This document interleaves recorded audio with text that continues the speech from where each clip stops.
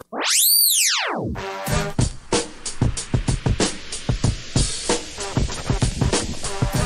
time for the shop report with Barbershop J.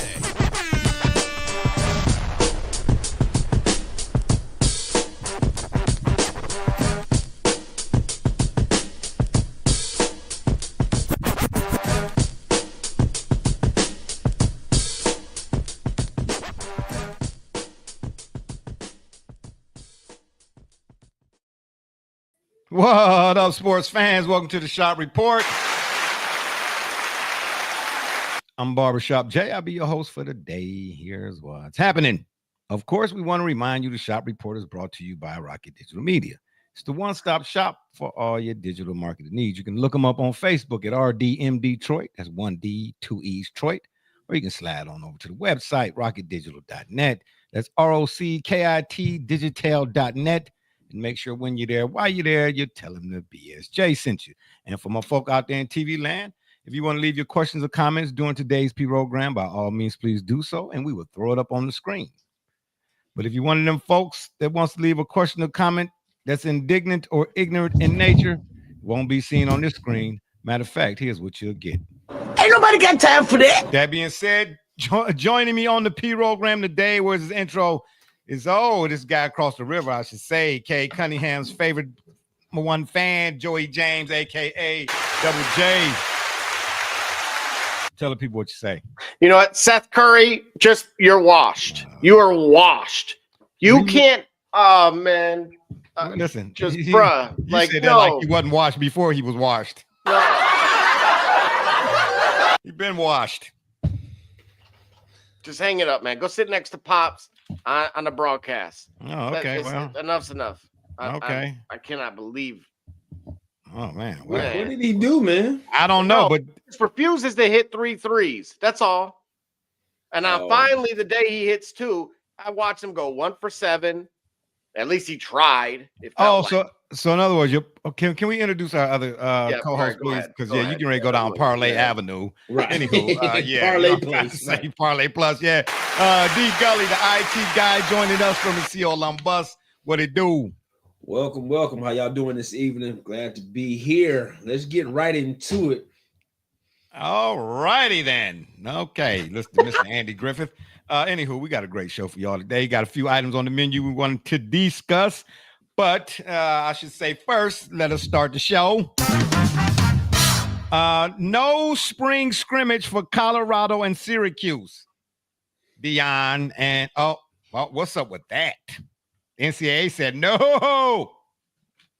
What's the deal? Yeah, what is the deal? Why did the NCAA? I thought that was always a thing anyway. That's my first time. Maybe I'm just my memory is really worse than what I thought it was. Oh my gosh. Oh, ain't no money in it, I guess. I don't know. It should be. Well, Double J, you the guy to keep up to date with everything. I would have no clue. So I'm asking you. So we're in an era otherwise known as the portal and NIL. And you go and ball out in that game, your value changed. Which means all right. Oh, no underwearing. No underwearing. No wonder. Oh, I see. I didn't know that. But you know what the crazy part is? Just from a fan's perspective, then I know we can't speak for everybody, but just for a few of y'all out there, we'll try. Why is it that the fan, for the most part, allows themselves to be conditioned to discuss, when it comes to this sports thing, the players' the player side of the thing? Why is there so much venom and vitriol towards the players in the portal, in the NIL, or in general in the professionals getting paid? Man, this guy ain't worth this, or that guy ain't worth that, or how many times? And I do think that there should be some sort of moderation, for lack of a better word or term, when it comes to this portal, like some sort of better structure. You know what I mean? Yeah. Because if you're a player and you go into the portal 452 times, now I'm being facetious here, I'm embellishing, I guess, I don't know, but you go into the portal 452,000 times in less than 2 months, then come on now, that's abuse. You know what I mean? You got to know when to hold them and when to fold them, so to speak. But coaches they will coach a team like the Jack State coach last year or last year. They coach a team to a bowl game, whatever, and then be out. Oh, who was the guy in college in basketball? Why his team was in the tournament? And they was talking about there was more than one. I mean, Villanova's coach actually was the former Maryland coach. Hello? Yeah, and we need to make that make sense, because when a coach decides to leave, they are taking. They don't get the backlash that players get. Right. No, but they ripped that coach. Say what? What you say? Because so again, there is a flip side to it. Thankfully, we are starting to see more of that, because the timing of when the coaches leave. So to your guys' point, there absolutely needs to get far more ironed out and streamlined, because what's happening is whenever you're out of the tournament, we'll call it, right? So as in the I almost called it McNeese, right? McNeese State? Yeah. So their coach agreed to leave when they got bounced out of the tournament, but it was already public he was going. Maryland's coach, Kevin Willard, on the other hand, had not formally agreed to terms in that way. So, but everyone apparently knew it was a done deal. And so I was unaware, because I was like, when I heard Buzz Williams is at Maryland, I'm like, huh? You know, I'm like, did they fire the guy when they went that far? I'm like, that doesn't sound right. So apparently I was the one under a rock in this case, but Scott Van Pelt was like, man, you just ruined the program, because now all the kids are going to leave. And if you would have left 2 weeks ago, if we would have lost a week ago, as an example, instead of that buzzer beater, well, we could have found a different coach, right? Because there would have been other people available. Right. So now all of a sudden the timing of it, right? You had Coach John Calipari saying at one point in time when they said, hey, are you planning on getting anybody out of the portal? He goes, what are you talking about? When's it open? And he goes, on Monday. He goes, like, tomorrow? Yeah. And they're like, yeah. He goes, so all right, so now I got to tell my assistants we need to have meetings with our players as to who's staying. Okay, so let me ask you this, though. Is that why we're seeing, shout out to him, actually, guys like Trey Young, and I can't think of, there's a few other guys seem like now they're like becoming general managers of these college teams? Is that why this, we need somebody to. Hang on, man. Go check the tape, okay? If you remember, there was a guy on a show called The Shop Report that said you need to run the college programs like the pro teams and hire a general manager, not leave it up to an athletic director that serves in between the head coach and that's working on the management. Did you say that, Double J? Yes, he did. Yes, he did. Dang. Yes, he did. Well, and shout out to me. As always, I got to give a shout out to the people. Oh yeah. Okay, I see y'all. I see the numbers is jumping right now. You understand me? Again, if it wasn't for y'all, it ain't no us. We appreciate y'all tuning in. You understand me? But I will actually say this. I want to shout out specifically to people on X right now. There are actually more people tuned in live on X right now than more than watching us currently than JFK sitting down for the first interview. Oh, shout out. So in other words, shout out for that. I was going to give you a different button. Shout out to the people, man. The people know what time it is. I appreciate y'all for tuning in. Yeah, absolutely. Man, for real. Appreciate it. Yeah, I mean, so that's where this is all, because you that double duty, so to speak, like the reason why we do what we do and the way we do it here. Everybody has a responsibility, if you would. You know what I mean? It's tough to try to handle all of it. So as these coaches and stuff, like Calipari, when does it open? Like if you got a GM, the GM then already told you, like when this is going down. So you already abreast of it. You know what I mean? You're not finding out at the last minute, if you would.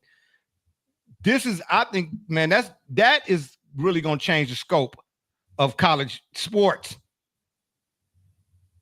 And like you said, the athletic director, he out the door. Okay? Because the athletic director, in short, his responsibilities are what? As opposed to or versus a GM. The GM's responsibilities are a little bit more intricate. right? So when we say GM, the GM would be for that particular sport, or we're talking about school. for the sports, for the school. Yeah, that's school. So what is the difference between the GM and the athletic director at this point? Well, I think they are going to be far more specialized within the sport itself. So that's what I'm thinking football too. is may have its own. So to your point, traditionally it would be the oversight of an individual sport. And at this point, they're so profitable, right, that it's required. Now, the AD can still manage, kind of shake hands on the corporate side, if you will, right? It's interesting because there's in that blender currently with the as it's currently formatted, you would have the same athletic director meeting with the commissioner of your conference and then negotiating or working with them on negotiating for broadcast deals. You don't necessarily need Trae Young to go and do that, right? However, you need Trae Young to kind of guide you on how, with the current roster that you have, and who else is looking to possibly be available for the following year. So, and now you're able to utilize your coaching staff in a vastly different way. Yeah. Okay. Yeah, I think it's a good thing, bruh, for college sports to have general managers as opposed to athletic directors. So when we look at it, right, we look at the leagues, the NCAA or collegiate sports, it's as much a semi-pro league as, or almost a pro league itself, as the traditional major Big Four sports. And we just start with Big Four. But the other benefit of it is when we have more emphasis on the collegiate sports, the part that I'm looking forward to see is how this will affect the collegiate sports that we love that don't have a professional outlet, namely collegiate softball, right? Because we already see how the influence and the interest. You look at Caitlin Clark and other females in college basketball, what they've done in their arrival to the WNBA, right? Even though the WNBA has been around since 97 or 95 or whatever else. Still, the college, the fervor and the intensity and the interest and the excitement around college basketball, women's college basketball, translated to that pro game. I know, or I recognize, or I appreciate that college women's softball is a big deal for college, right? But where's the professional softball league for women? I don't see one. It used to be one, and I'm telling you right now, Akron Racers, they had a squad, bro. They was whooping on Olympic softball players. Right. So I mean, they was whooping them bad, but it didn't fell to the wayside. That's a good. I don't know. Well, so you know what? To both of your points. I mean, I remember the Jenny Finch days and that type of thing too. Yeah. What we've seen is a ripple effect already, where there's some, on I think it's TNT or ESPN or Fox Sports, whatever. That there's a different women's league that was taking place that was kind of in this off season, and I saw Angel Reese in it. Talking about Unrivaled. Yeah. So again, I was gotcha. otherwise unfamiliar with that at all, altogether. In addition to it, I happened to catch a former Purdue women's volleyball player playing for Grand Rapids in a women's professional volleyball league. What? So again, to Gully's point, if it makes dollars, it makes sense. And what you're starting to see is that, the interest is there, and there's a lot of momentum across the board or uniformly. And what I'm hoping will also occur, and this I talked about leveling the playing field, is when you have these different media rights deals that, unfortunately, as we saw in that NIL breakdown that I gave to you, that certain programs can do more versus, than others. Yeah, right? Of course. I mean, but that's societal all the way across the board. There are the haves and the have-nots. You know what I'm trying to say? We are middle class, if that's even such a thing nowadays. It's so in other rapidly words, disappearing. Yeah, but it's not just sports now, where the football teams matter the most. obviously, but that's and and then the softball teams, what we mentioned, the swim teams don't. If you sports is a microcosm of every day. Right. You know what I mean? There are some who are in the 1% tax bracket, and there are others who are in my tax bracket. So I mean, hey. Yeah. So if the movement and the activity and the landscape of college sports changes in the way that it is, hopefully we get attention to those different sports, the ones that we love to see. We love to see in college, but don't have a professional outlet. So that way, because I would like to see what happens to professional softball or name another sport. I mean, we see it in first of all in baseball, right? We look at how the MLB, the demographic of the MLB is almost totally different from the collegiate landscape, right? Let me ask you this, Gully, because in soccer, we have a rival league to MLS that has just announced they're going to have promotion relegation. However, in their third tier currently is where the proposal for the college teams to participate in. So in theory, you could see a university team. Like, let's say the University of Akron. Mm-hmm. Bring up Akron again. Go against Chattanooga. Don't do that. Don't start that. Don't start that nonsense. No, because Akron don't start that. Your college soccer program. See, it's true. It's true. I was recruited by him. Oh my gosh, man. You was the biggest hater for sure. They actually beat What you mean? What you mean? I didn't know where you was going. I didn't know. Hey. Well, we ain't playing hardball. I know that. Yeah, okay. We're not doing that. All right. Yeah. Okay. Anyway. Yeah. No. Yeah. It just. Yeah, but then this guy, how you gonna lean all in the camera like I'm supposed to be scared? I'm saying, yeah, what the hell's going on out here? I'll save it. Yeah, anyway, I'm glad I cut that thought off because it was about to careen out of control. Anyway, yeah. Right quick, college game day. It's in-house now? What you mean? Yeah, college game day. You know how they Lee Corso and all of them, how they go on the road to various stadiums? That's a done deal. It's in-house now. Budget cuts.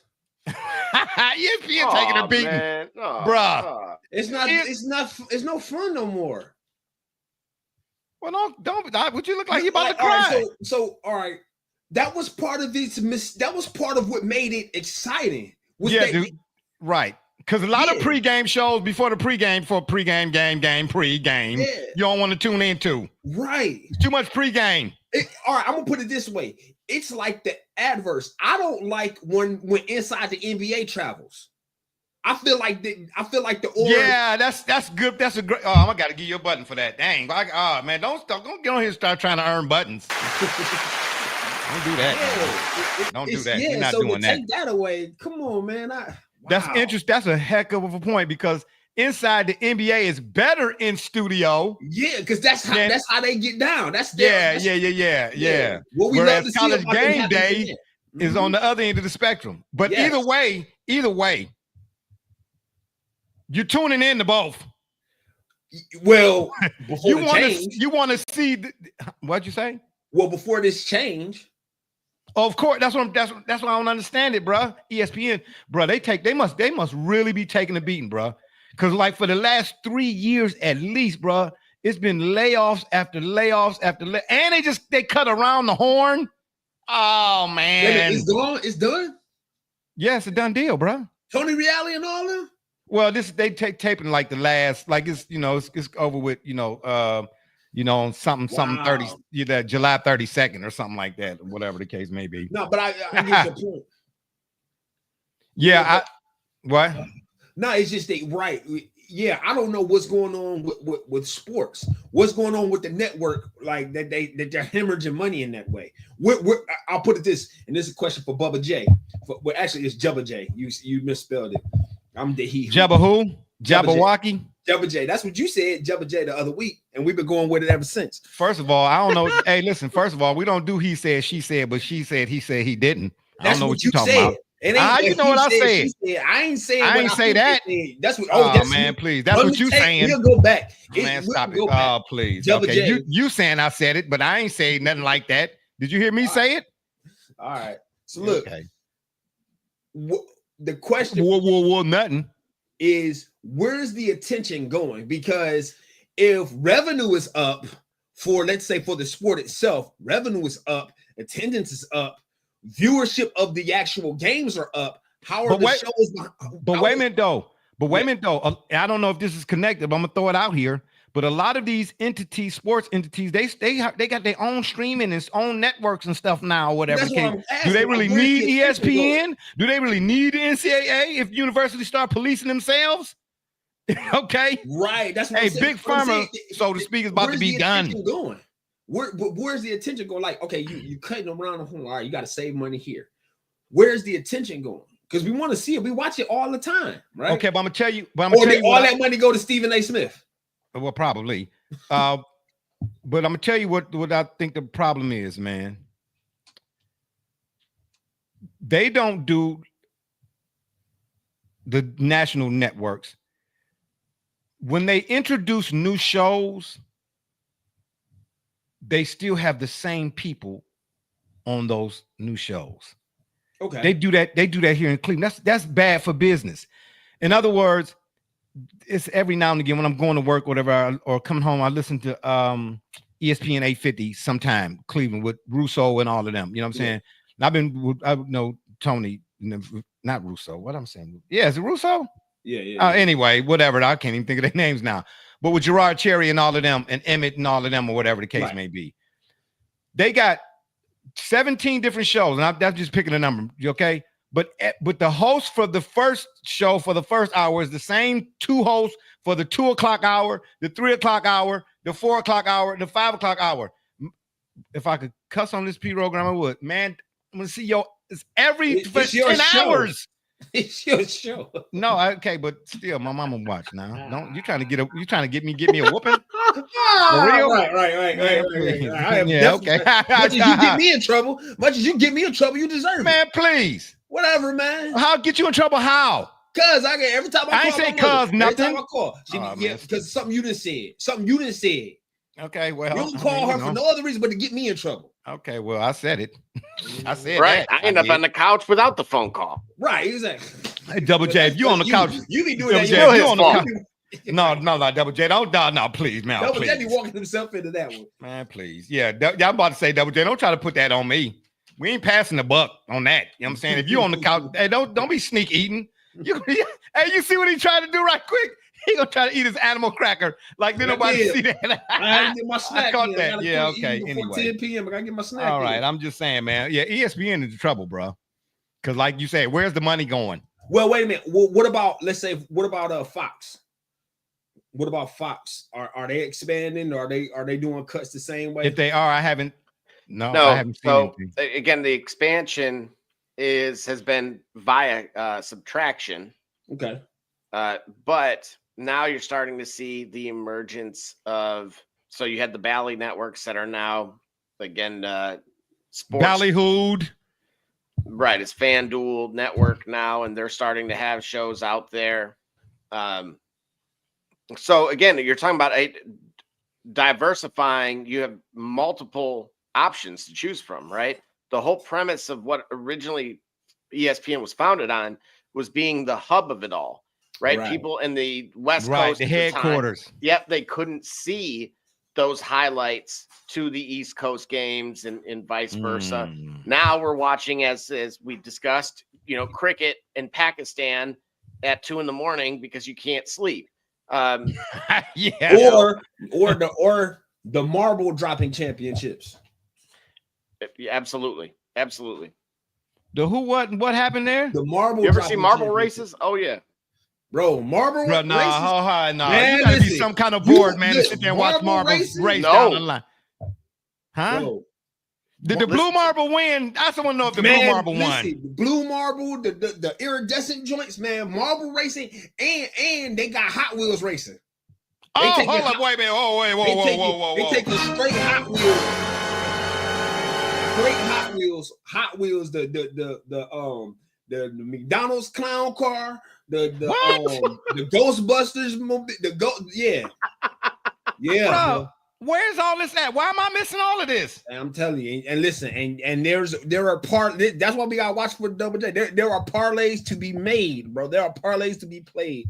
Watching marbles go down the sandbox. I'm telling you, that's the thing though. And that on the flip side though, that's the dangerous part. That's the dangerous part, because now there's something for you can gamble on everything. For the most part, you know what I mean? Literally. Now, I bet you I'll get there first. I bet you don't. I mean, I bet you tie your shoe faster than me. It is people playing video games. Two people you've never met before. Yeah. There's literally a network that you can say, all right, it's this player versus this player. Some random stranger said, all right, I'll throw 100 on it too, on this guy, and you pick the other guy. Yeah.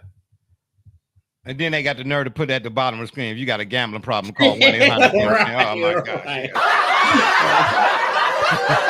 Shout out to the Hot Wheels Racing League. What you shouting them out for? Hey man, I gotta watch that, man, for real though. I grew up on Hot Wheels, baby. It'll take a day off. I'm telling you like this. Oh, it's one of them type of deals. PTO time. What I'm telling you is you're going to get the rabbit hole, the wormhole is so vast and so powerful, you can forget it. It'll be Friday before you come out of it and realize, oh, man, I'm missing out, bruh. So hold up, man. Hold up. Bro, I don't listen. Slow down. Hold up there now, Kimosabi. Hold up. Are you sitting here suggesting or implying, bro, that Hot Wheels racing is going to at some point replace NBA games? Am I want to see? Send them a link, Double J. Okay, yeah, link me, baby. Link me. I gotta get linked. I gotta get linked up. I have wasted or expensed an unhealthy amount of time. And you actually admitting this on national television? Listen, this dude right here, man. I didn't know this was an intervention, but that's what we're here for. Kumbaya. Between the Hot Wheels and the marbles. I don't actually. The marbles might actually be even more live. Oh no! I got to see this. They call it rolling ball sculpture. Okay, yes. Because that is a form of kinetic art. Yep. What happened? Whoa! Slow down now. Close the front door and shut the back. That contains moving pieces that specifically involves one or more rolling balls. A version where marbles compete in a race to win. Yeah, you should throw a link. We should watch one time. Okay, hold on. First of all, we ain't watching nothing. I'm just watching that solo. Okay, this ain't no group effort. Man, right here, wait till you see. Yeah, wait till I see. Talking about we should watch one. Man, nobody can't afford no popcorn. Talking about we. Get up out of here. Shout out to everybody on X. If you guys watch the marble rally, by all means, send us who your favorite is. Yes. Yeah, let us know who your favorite is. Hey, and speaking of watching stuff, right quick before we go to break, did you all ever see the movie Ford versus Ferrari? I have not yet seen it, bro. Oh, you don't know what you missing. Seen it. Hey, let me tell you something right quick, baby. Lee Iacocca is germane to the Shelby GT40, bro. I'm telling you, if it's not for Lee Iacocca, now Shelby was Shelby, and Shelby did what Shelby does, and he did it, and it was done. But he was right about the driver. Remember the example I used? We talking about whether it was we had this whole discussion about whether it was the coach or the player or the talent, Tom Brady and Belichick, who was it? I said, bruh, you can have the race car. It could be $1 million race car, and it can do everything. But you need the driver. Shelby pointed it out. He said, listen, man, told Mr. Henry Ford, he said, listen, you can put anybody in the car, true that. But you ain't going to win Le Mans unless you got my man in there. So you need both. You need both in order to get it done. We're going to take a quick break. When we come back, and we're going to talk about the rule changes, the tush push in particular, and a few others on the NFL side of things. Man, this was a good one. Hey, Marvel up, baby. Marvel. Oh, and there's 3 Marvel movies coming out. The MCU is about to be done. If they don't get this right, it's done. Stan Lee's rolling over in his graveyard right now. Be done, but yeah, it is about to be done. We done. Break. I'm out. I'm I'm Jordan Gudeman, and I'm the founder and CEO of Eddie G's Cookies. I was first diagnosed with a nut allergy when I was young. At the time, there weren't a lot of labeled items that said if there may contain nuts or there are nuts in the food, so my brother and sister and I baked a lot at home, and we enjoyed treats from mixes and things like that, but I noticed that it was not the same as what my friends were enjoying, and I started making my own recipes. When it was time to pick a career, I decided to start a bakery so I could share my treats with everybody else. When I started creating my recipe, I was taking in all the things that I thought I was missing out on. A soft, chewy center, a crisp outside crust, and a taste that is just like it came out of the oven at a bakery.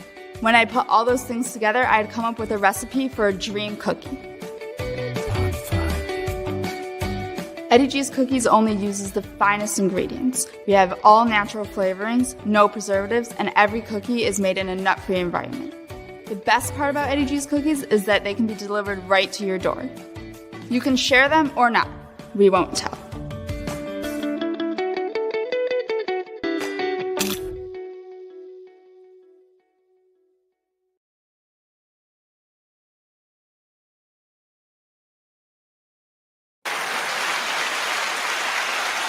All right, we are back. That's right. Go to eddiegs.com and place your order today. Orchard today. And place your orchard today. Chocolate chip cookie. Hey, I don't need you to do that. I mean, what you doing that for? You need to don't tell. I don't want to hear it. No. You. Oh wow. Anyway. Sometimes why? Yeah. Wait a minute, was that Hall & Oates? Oh, Snappy Doo. Okay, I can't go for that. I'm just saying, don't do that no more. Oh, Can't go for that. I'm just saying. no right can now, do. the NFL. I mean, come on now. This is me, baby. I'm BSJ, baby. NFL rule changes. Let me read them all first before we get to dissecting and so on and so forth here. But again, right quick though, y'all need to go check out that Ford versus Ferrari. Oh, and the outfit. That's my movie recommendations for the day. Ford versus Ferrari and the outfit. I'm trying to tell you. And that Shelby GT40. Man, do you know what Le Mans consists of, bro? We're talking about 24 hours, bro, racing. Okay? Yeah. No disrespect to NASCAR, because Rusty Wallace and Dale Earnhardt, them was my boys. And Cale Yarborough. Yarborough. I Yes. digress in eyes. Y'all don't understand, baby. But Speed is 24 J hours is in that speed. joint? But 24 hours. But the most difficult is rally racing. But anywho, I digress in eyes. Ford versus Ferrari and the outfit. Check them out. When it comes to the NFL rule changes, here are those that have been discussed or implemented or whatever you want to put it, however, so far. Both teams receive a possession in OT during the regular season games now. The expanded use of replay assist include hits on defenseless player, grabbing the face mask, horse collar tackles, and then roughing or running into the kicker. What I find interesting most is the Hawkeye cameras are now going to be used to measure first downs. And then lastly, the one that's been tabled, but that was all the talk, this is what I don't understand. The tush push. It's been tabled. That whether they're going to do away with that or not, they put that on the back burner for now. But why is there little to hardly any discussion about the use of this Hawkeye camera technology to measure first downs? That's a bigger deal than the tush push to me. I don't think it is. Well, why not? Because the tush push is a guaranteed first down every single time it's run. No, it's not. In every one, okay. Hold it. Don't cut me off. Wait, no, don't say that without looking up the numbers. Now this is a name numbers an case. instance 1 yard or less. Name a tush push 1 yard or less that failed to be converted. That ain't what you said. You didn't say That 1 is yard what less I'm initially. saying. That's not no. The sad part is I will give you one. Josh Allen versus the Chiefs. That was 1 yard or less. Bam. Let me double check. That's not that's not what you said at first. You said name an instance where the tush You push. keep talking about what I said at first. This is what I'm standing on. 1 yard. It's a guaranteed first down every time it's run within 1 yard. Okay, but listen, here's the thing though. That They was were the only 0 way. for 4 on tush pushes versus the Chiefs. Okay, what was the yardage? Were they all less than a yard? Okay, so let me ask you this question Were though. they a yard or less? Yeah, Let me ask one of them was for certain. Let me ask this question. Before the tush push that the Eagles made famous, if you would, when it was 1 yard or less and quarterback sneaking, what's the difference? It wasn't a tush push. But No, it wasn't. No, that alignment is significant for a reason, right? Because they've been quarterback sneaks forever. that's what I'm trying to say. But the lining up and moving forward the way that they move forward is a guarantee. Well, save this what you're saying. It's like a guarantee. First of all, it's illegal for the defense to push themselves forward in that same That's manner. what I was waiting. That was okay. I didn't want to be the one to say it. Okay. Now that would be the only contingent I would have against the tush push. Because mind you, on field goals, somebody echoing.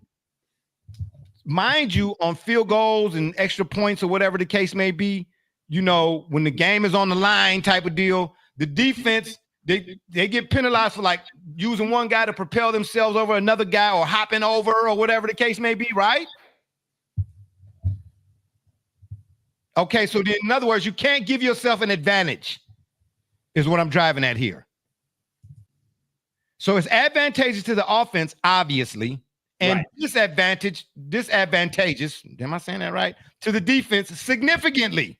Yeah, because the defense, yes, essentially the defense cannot align themselves as they can't do the same. They can't they can't do the Just same like thing. it's strange to me, but a ball carrier can lean his head forward. What do you mean? A ball carrier can lean forward. But Oh, you're talking about lowering the crown? Yeah, he can lower a crown to make yards, but a defender can't do the same thing. Okay, so all right, that's Well, there's a two-parter to this that may have otherwise gone unnoticed. Is obviously I think Barbershop, you may or may not have mentioned the chain gang being no more. That's why I said that. To me, this Hawkeye technology that's replacing the chain gang to measure first downs should be a bigger deal than the tush push. To me, well, they're actually far more integrated with one another than we may realize. So I actually have a clip up that I'm not going to show from Chase Daniel. I'll post it in the chat. You guys could look, but and why wouldn't you show it? Do copyright infringements and constrictionals and all that. Oh yeah. Mm-hmm. Yeah, we've been flagged, people. I will say this to those, especially to many that are watching on X live right now. It was former quarterback Chase Daniel. That it's his post referencing that reading quotes here. The Bills and Josh Allen were 0 for 4 on tush pushes versus the Chiefs. This spot on the most controversial call of the game is impossible to tell. What do you think? How do we not have a better way to measure this? So as you see verbatim on what he's saying, it wasn't necessarily how they didn't get it, but more so why they didn't get it. Okay, that's to Gully's point. Because if you're doing that, then you really should be 100% every time it's attempted. Now, I will say this, just because it sounds great on the surface, ask the many leagues across the globe that have implemented VAR, video assistant referee. I have seen someone called offsides because of their behind. Okay, but you said league versus which sport is it? Well, right. This is in soccer. But again, tell me somebody's behind sticking out. Somebody now, not even metaphorically, literally. Used to be a game we played back in the. Oh, never mind. Sorry. Anyway, well, that's what made me offside. That gave me the advantage. Okay, come on, man. Like, there's limits here, and so but it sounds like a foolproof system. Like, no, but it's no different than being in the neutral zone. It was the 40-yard. Gully, mute that because we're gonna get flagged. Yeah, mute that. It's gone. Yeah. Yeah, it's no different than Chris Jones being in the neutral zone. Yeah. or that offensive lineman getting those head starts. I mean, at some point, this is the dangerous can of worms, right? We're hearing those calls for that in baseball. We've seen certain Now you're gonna have to call every little minute type of deal. Oh yeah. Because now, well, wait a minute. The Hawkeye, watch, it's gonna find something better than anything else ever had, and it's not a part of it that first year, and it's gonna drive people crazy. We're now in an era where people are paid by the outcome per play. Now, I can't play that way personally, but I know plenty of people that do. And you talking about players pay by the? What do you mean? I'm talking about like players being, again, in reference to wagering. So like that, in saying that they're going to get a yard or more, or that it's going to be a successful run in a change or a turnover.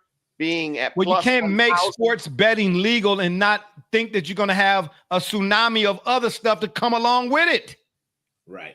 Well, right. And that's why you're seeing ads now saying, like, don't be a jerk and yell at this college kid that cost you your parlay. Yeah, they get death threats and everything. Yeah. Need to retire.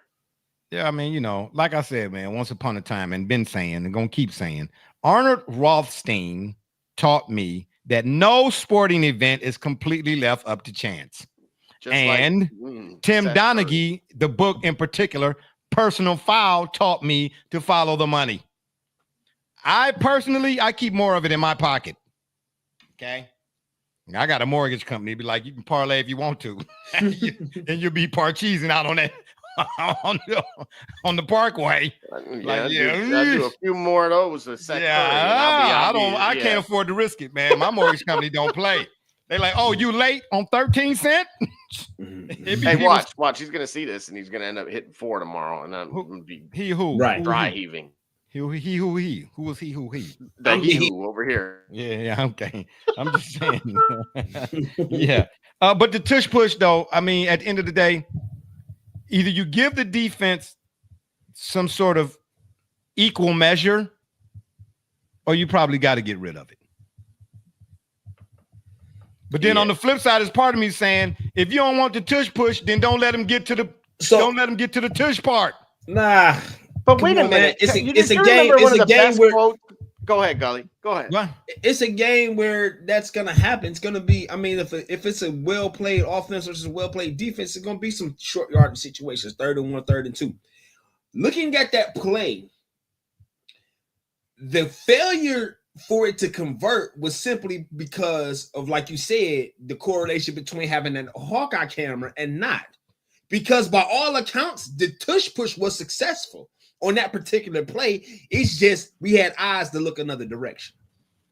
So that's why it wasn't successful. Oh, wait, when you say eyes looking another direction, no offense to those who are, okay, but you're trying to say was some folks out there with some black Ray-Bans on? Or they swallowed white stick, red tip. That what you're trying to say? What I'm saying is it looked like a yard to me. Now, I do recall, and I don't know if that clip showed maybe it was Sunday Night Football angle,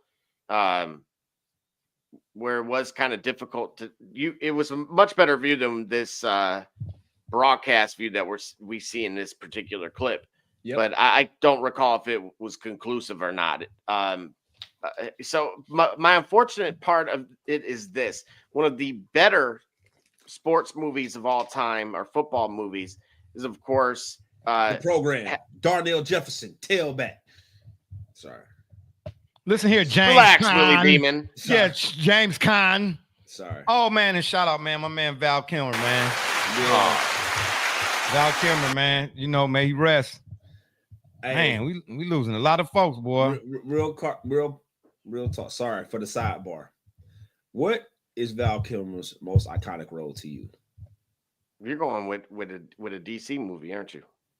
Oh, you already know that's what he doing. He DC'd out.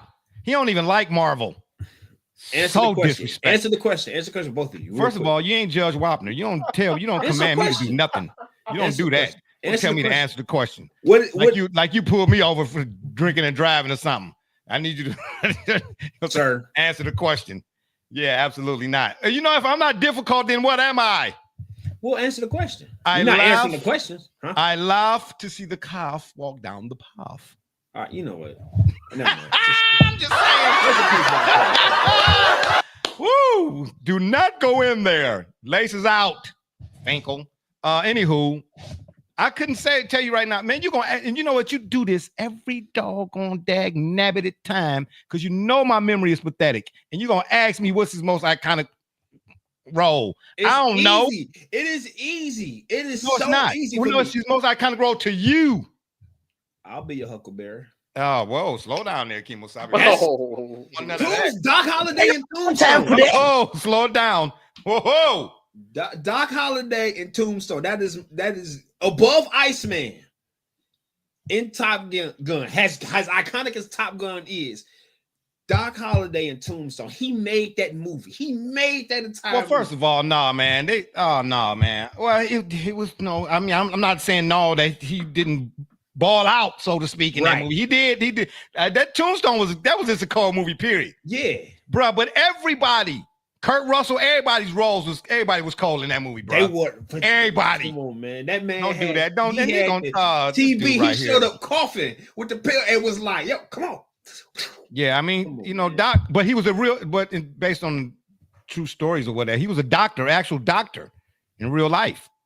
Oh wow, okay. Yeah, he was a doctor. I don't forget what his practice was, but he just had a pension. He just had a penchant for popping dudes. You know what I'm trying to say? Right. He said, "Man, we'll get this scalpel. Let me go start scalping." But yeah, iconic movie, yeah, and Val Kilmer, man. But I thought that's why Double J said DC. I thought you was going Batman. No. Oh man, the problem with that is go ahead. Double J. Now listen, any other time it's Batman. We could be talking about golf. He'd be like, Batman. I would have liked for him to have returned in Batman and Robin, but it wasn't as iconic for me. I feel like Batman Forever. Batman was a big part of that. He wasn't a big part. He was a big part of that. He was a co-star on his own film. Yeah, again, shout out to my man Val. Man, it was You're another going movie. fast, man. It's kind of it was another movie he was in. No, why do I want to say Marauders? Was he in Marauders? I thought you were gonna go with Heat. Oh, he was in Heat. Val Kilmer wasn't in Heat. That was. See, Man, that just go to show you how good Pacino and De Niro is. They stole the show. I don't even remember Val being in Heat. But you know what? That was actually, I believe that was his motivation of participating in the film, was being with those guys. I'm almost positive. I came across it a long time ago. Yeah, because them two dudes, De Niro and Pacino, boy, they heavy hitters. Clint Eastwood, Eastwood, De Niro, Pacino. Who else would you put on there? I'm talking about like iconic. Denzel. Oh yeah. Who else would you put on there? On your Mount Rushmore of, I guess, would you call it Mount Rushmore? I'm just saying, just naming, just like I'm talking about names like Jason Statham. Hey, what would you say? I know y'all got to forgive us. I know we kind of go off topic, but this is what we do. This, if you go to the barber shop or the beauty shop, for all my ladies out there, whatever the case may be, y'all know that's why we say this is sports commentary from a barbershop perspective. Because when you go to the barbershop, you start off on one, the next thing you know, the goalpost is outside. That's all I'm trying to tell you. What was I saying? No, for real though. Denzel Statham. Did you ever see The Beekeeper? Yes. Yes, I have. What would you say? The Beekeeper. What would you say about The Beekeeper? Because it's The Beekeeper 2. What do you mean there's a second one? It's another one coming out. Just saying. Oh, ooh, yeah. Ooh, ah. Bro, that was only last year. What do you mean? Did you like it or not like it? What? No, I mean, it wasn't, in my opinion, it wasn't Jason Statham's best film. No, I wouldn't say that either. But it was still good. I'm not saying. Yeah, I'm not saying it. Well, I'm not asking was it his best film. I mean, to me, like there was and then it's another Equalizer coming out too. Well, I hope that one delivers. Why? Well, don't pout. Why? Hey, speaking of seconds, they're making another accountant, and it happened to Oh, be the guy absolutely. who played Lee Iacocca, of course. In Yeah, but he played his brother in the first one too, though. right. Yeah. But Oh, no. I'm putting that together for those that may have not otherwise seen Okay, the got film. you. Oh no, Scully. bruh. The accountant, absolutely. And Ben Affleck, he on there. Reindeer Games. He's on your Mount Rushmore. I Wow. ain't saying Rushmore. I'm talking about names that if you see a trailer and this guy is in the trailer, you just automatically know. Oh, I gotta go see it. Gully, who is that for you? What's that? What he just said, which is A Like their name attached to a project. I'm just gonna go see it. Yeah, you just off the rip. I guess I gotta go. I Willem said Statham, Dafoe? Denzel, Eastwood, De Niro, Pacino. Because if you have not seen Ronin, All right, for me, just saying, it's gonna be Willem Dafoe, love it. Okay. Bryan love it. Cranston. Holy. We talking Malcolm in the Middle? Yes. No, we're talking Heisenberg. Okay. That fire. Fantastic. Okay. Yes. Right. Of course, a Denzel Washington project. Yeah. I said that already. This dude So right what? here, man. You said it already. Like nobody can think. You know what? No, you cannot. When Honda started making cars, Toyota was already at the game. Guess what? They're both here. But ain't neither one of them. You don't see no Rolls Royce commercials. Nah, you don't. Okay, then keep going. You also don't see them at Valvoline and nothing else. You ain't gonna see one in my driveway anytime soon. Thank you very much. I'll take my. Yeah, you got to speak it into existence. Okay, well that's your fault. I don't want one. I'm saying I'm good on that. I'm good on that. Okay. Time to make the donuts. Okay, keep going. Anyway, like I said, Willem Dafoe, Bryan Cranston, anything from Lawrence Fishburne. Any project, anything. That's Morgan Freeman for me. I was just I forgot Morg. My bad. Shout out to Morg, baby. I'm tuning in for that. It seems like Denzel. he don't miss. Let's see if of a younger talent. Then me. You talking about me? Shout out to Jay, baby. I said a younger talent. Shout out to my fault. I got beside myself. Sorry, right quick. I said a younger talent. Okay. All right. Anywho, why y'all married? They got to carbon date your diploma, bro. Oh, hell no. This is what I'm talking about. This is the disrespect right here. You do this every week, bro. You know what I'm saying? You forget I know who you know. You know what I'm saying? So that you know that I'm gonna be placing a call after this is all done. It's it. That's all right. Last things least. We just sorry about the little, the little sidebar right quick, the movie sidebar. We just had to get that in right quick. I just know that lastly, though, before we finish up on this NFL side of things, Marvel is the next 3 Marvel movies in the MCU are coming out. Okay. The one with Dr. Doom or whatever the case may be. Yeah. And I forget the one, the Avengers something. And then Secret Wars. Okay. Yeah. Now, they are not set to come out till 3095. Okay. Because they keep pushing them back. Right. But I'm telling y'all right now, the one to watch out for is Secret Wars. If they do not get Secret, as a former comic book collector, when I had hair, I'm just saying, I had all 12 issues of, I collected comic books. No, for real, bro. The 12 issues of Secret Wars when it came out in 1985, I want to say. Man, there was no better. And there's been some team ups.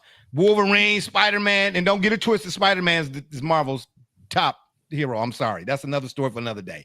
But it's been some team ups. Luke Cage, Iron Fist, Cloak and Dagger, the Power Pack, Alpha Flight. Yeah, I'm going back, y'all. Holla at your boy. Yeah. That 12-part Secret Wars was the coldest. It was the coldest I'd ever seen. When they start doing the Marvel movies with the Iron Mans and all of that, I said, oh, okay. Oh, snap. Oh, okay. Because it was more so kind of in line with the comic book type deal, right? Right. Then somewhere along the line, maybe it was when Stan Lee passed, I'm not sure. But that MCU started kind of falling off a little bit. If they don't get that Secret Wars right, it's going to demolished the legacy of the MCU? For me, I was out after Endgame. Oh yeah. Double J, that was the one you was in, right? Well, I would have. It was not formally credited, and didn't even get a special thanks. What happened? Your car crashed? Well, no, it was only a background. Apparently, that's not enough to add to the acting resume. That's what I'm saying. You ran because your car crashed. Thanos smashed your car. Did you call Geico? You know what? They call that an act of God, and unfortunately, well, they were right. I mean, Thanos. Hey, and just like Geico, you could have said that 15 minutes ago. This dude right here, bro. You know what I'm trying to say? No, I've always felt like, again, Dr. Doom, for me, if you think this goes back to the original, one of the OG rides, Hulk ride from Islands of Adventure, Universal Studios, that put them back into the game. Yeah, if you think you're going back 25 years ago. Hey, listen, well, if that's the case, if you want to get back in the game, just come to Cleveland during the winter and try to navigate these chuck holes. I'm just, that's a ride for life, and with 4 inches snow on the ground too. I'm just saying. But unfortunately, I didn't feel like they went away from Captain America in his roots, which was of course embedded in the World War II. And Bucky, of course, all Red Skull. Yeah, they didn't. Hydra. Yeah, they sped that up way too fast, and then every time they would cut back to it in a movie here or there, it just wasn't enough to really grab onto in the manner that first one you were able to truly kind of. They lost me, man, along the way. I'm gonna keep saying it. When Stan Lee passed, I was like, oh man, it's finna get ugly. Oogly. And the new Captain America, Anthony Mackie with the wings and the But what about, how do we feel with Tony Stark himself as Dr. Doom? How are we loving Who that? else would you get to play that role? Right. He had, bro, if you know any, that's what I'm trying to say, man. If you are a comic book person, then you, when you go to see these movies at the theater, you got a different you like this. I got a different expectation. Okay. But if you weren't a comic book person and you're going to watch the movies, you might be, oh my gosh, it was the greatest. No, if you comic book, you're like, oh, you like Siskel and Ebert. Like, absolutely not. You're going to get one tomato or rotten one for real. If they don't, they have to, it's a certain standard that you're looking for, bro. I'm just saying. And who else would you get to play that role? Just like there have been many, we've had this discussion somewhat. There have been many to play the role of Joker in Batman, but none better than Heath Ledger. None. Oh my God. Jack Nicholson, with all due respect. Stop. With all due respect. We're not doing this. We're not doing this. We're not. You're not doing anything. I'm doing. This is not the show for this. Why? What show should it be? Should it be Movie Week? Tell me that Heath Ledger just far and away is a better Joker. No, he's not. Heath Ledger's performance as a Joker was better than any of the other Jokers. Not at all. Yes, it was. No, absolutely, it was. Absolutely. With all due respect to Jack Nicholson, up until Heath Ledger, Jack Nicholson was at the top. No, yes, it was. Yes, it was. It was not. Yes, it was. Yes, it was. It was not. Yes, it was. Yes, it was. Make Heath Ledger's Joker different and distinct. Yes, it was. That the Dark Knight actually made him, much like I just said when it comes to Val Kilmer playing Batman. The Joker was actually the star. How are we not saying the same thing? He was the main character of the story. Okay, I don't know whatever character of the story. Whoever get the credits first when the movie ends, I don't care. No. I'm saying Christian Bale is the top. Christian Bale got top billing. Heath Ledger was second billing. Listen, that's not what I'm saying. No, I said of all of the Jokers played in the Joker Batman movies, Heath Ledger's Joker was better than all of the other Jokers. Now, who had top billing? Who had 35 cents? He wasn't better than Jack Nicholson. It's like they were both equal. Yes, it was. Okay, that's why we finna take another break. When we come back, we're gonna get to the NCAA, the men's and women's final score. Because we know that's another show. Yeah, that's because I love that Batman. That Batman movie. Okay, anyway, that's why. Yeah, movie of all time. He's the second best. You watching the Shop Report? I'm Harvey Diallo, and you watching the Shop. My name's Chris Murray, and you're watching the Shop Report. You're Jay Knight, you're watching the Shop Report. Max McKee, you're dropping in on the Shop Report. Barbershop Jay, Quentin Hines, Super Bowl champion. I'm ready. Let's do it. I'm on. Hi, I'm Mars Man, works at Mercury Stadium, and you're watching the Shock Report. Hey, I'm Billy Butler, and thank you for watching the Shop Report. Hey guys, I'm Les Norman, former Kansas City Royal, and you're watching the Shop Report. Commander Brown, Detroit Rivers Mountain Training, and I'm watching the Shop Report. Hey, this is Doug Flynn of the New York Mets. Well, a few other teams, of course, too. And you're watching the Shop Report.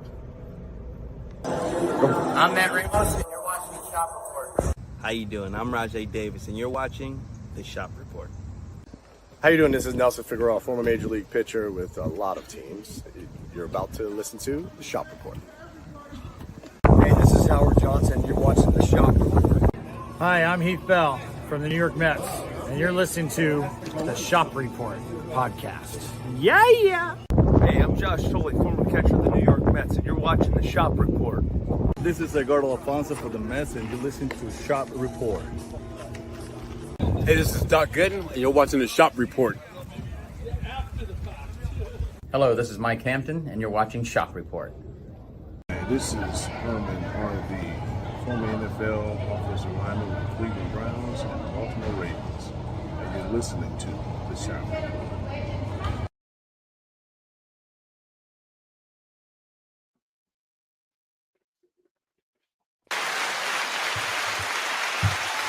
All right, we are back. I'm Barbershop Jay, back with Jubba J and Dahihu Ha Helen. I don't know whoever that is. I don't know who be doing the spelling, but we are back. Okay, let's get into some of this Final Four talk, men's and on the women's side. It's going to start right there. You understand? The ladies take precedence there. You know what I'm saying? In this type of situation, I get it on the men's side. All number one since I don't know what 2000 something or another are facing each other in the final. I don't remember when the last time it happened. you doing that again? Trying to test my memory? I tell you, my memory is terrible, and you keep doing this. Well, all right. I'm sorry. In the first, all games are Friday, I believe, on the women's side of things, and in the men's is Saturday. I don't know I forget the times. Somewhere around I think the first Texas and South Carolina, I think starts somewhere around like 7 or something like that. Then UConn and UCLA starts at 9. But in that Texas and South Carolina, man, can Dawn Staley, can these Gamecocks without an actual like go-to, ain't no Cardosa, ain't no forget the other girl's name that was good with South Carolina.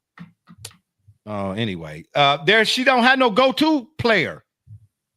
If they win it all, and I really don't like using if, but let's say they win it all this year.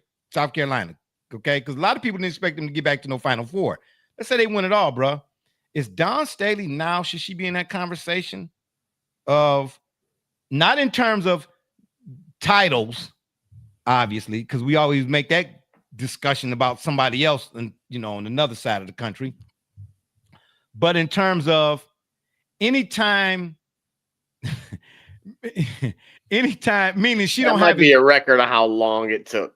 Yeah, he wasn't going out like that. Don't worry, of course right. Not. I'm BSJ. Right. We made it an hour this time. It almost broke through in the first few minutes. It almost broke through. They say almost only count on hanger days and horseshoes. Right, right. That but I'm asking was right here, and then it broke through. Okay, yeah, right. Anyway, I'm not a pimple.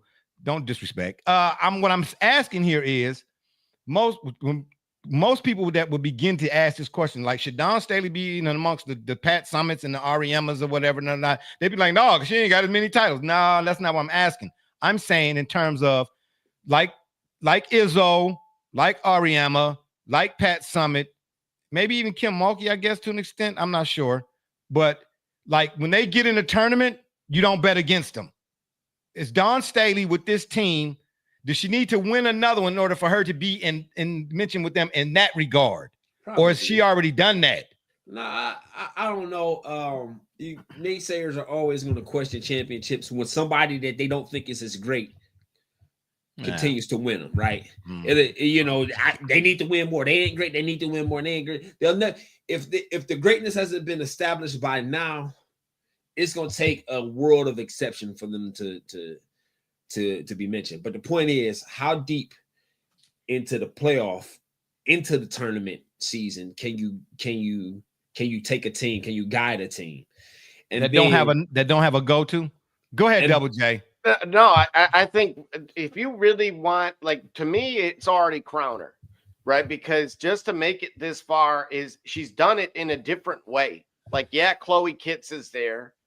And Malaysia's great, but this is the first team that I can ever think of ever, and I'm literally ever, the top scorers of the team on a team, one of them comes off the bench.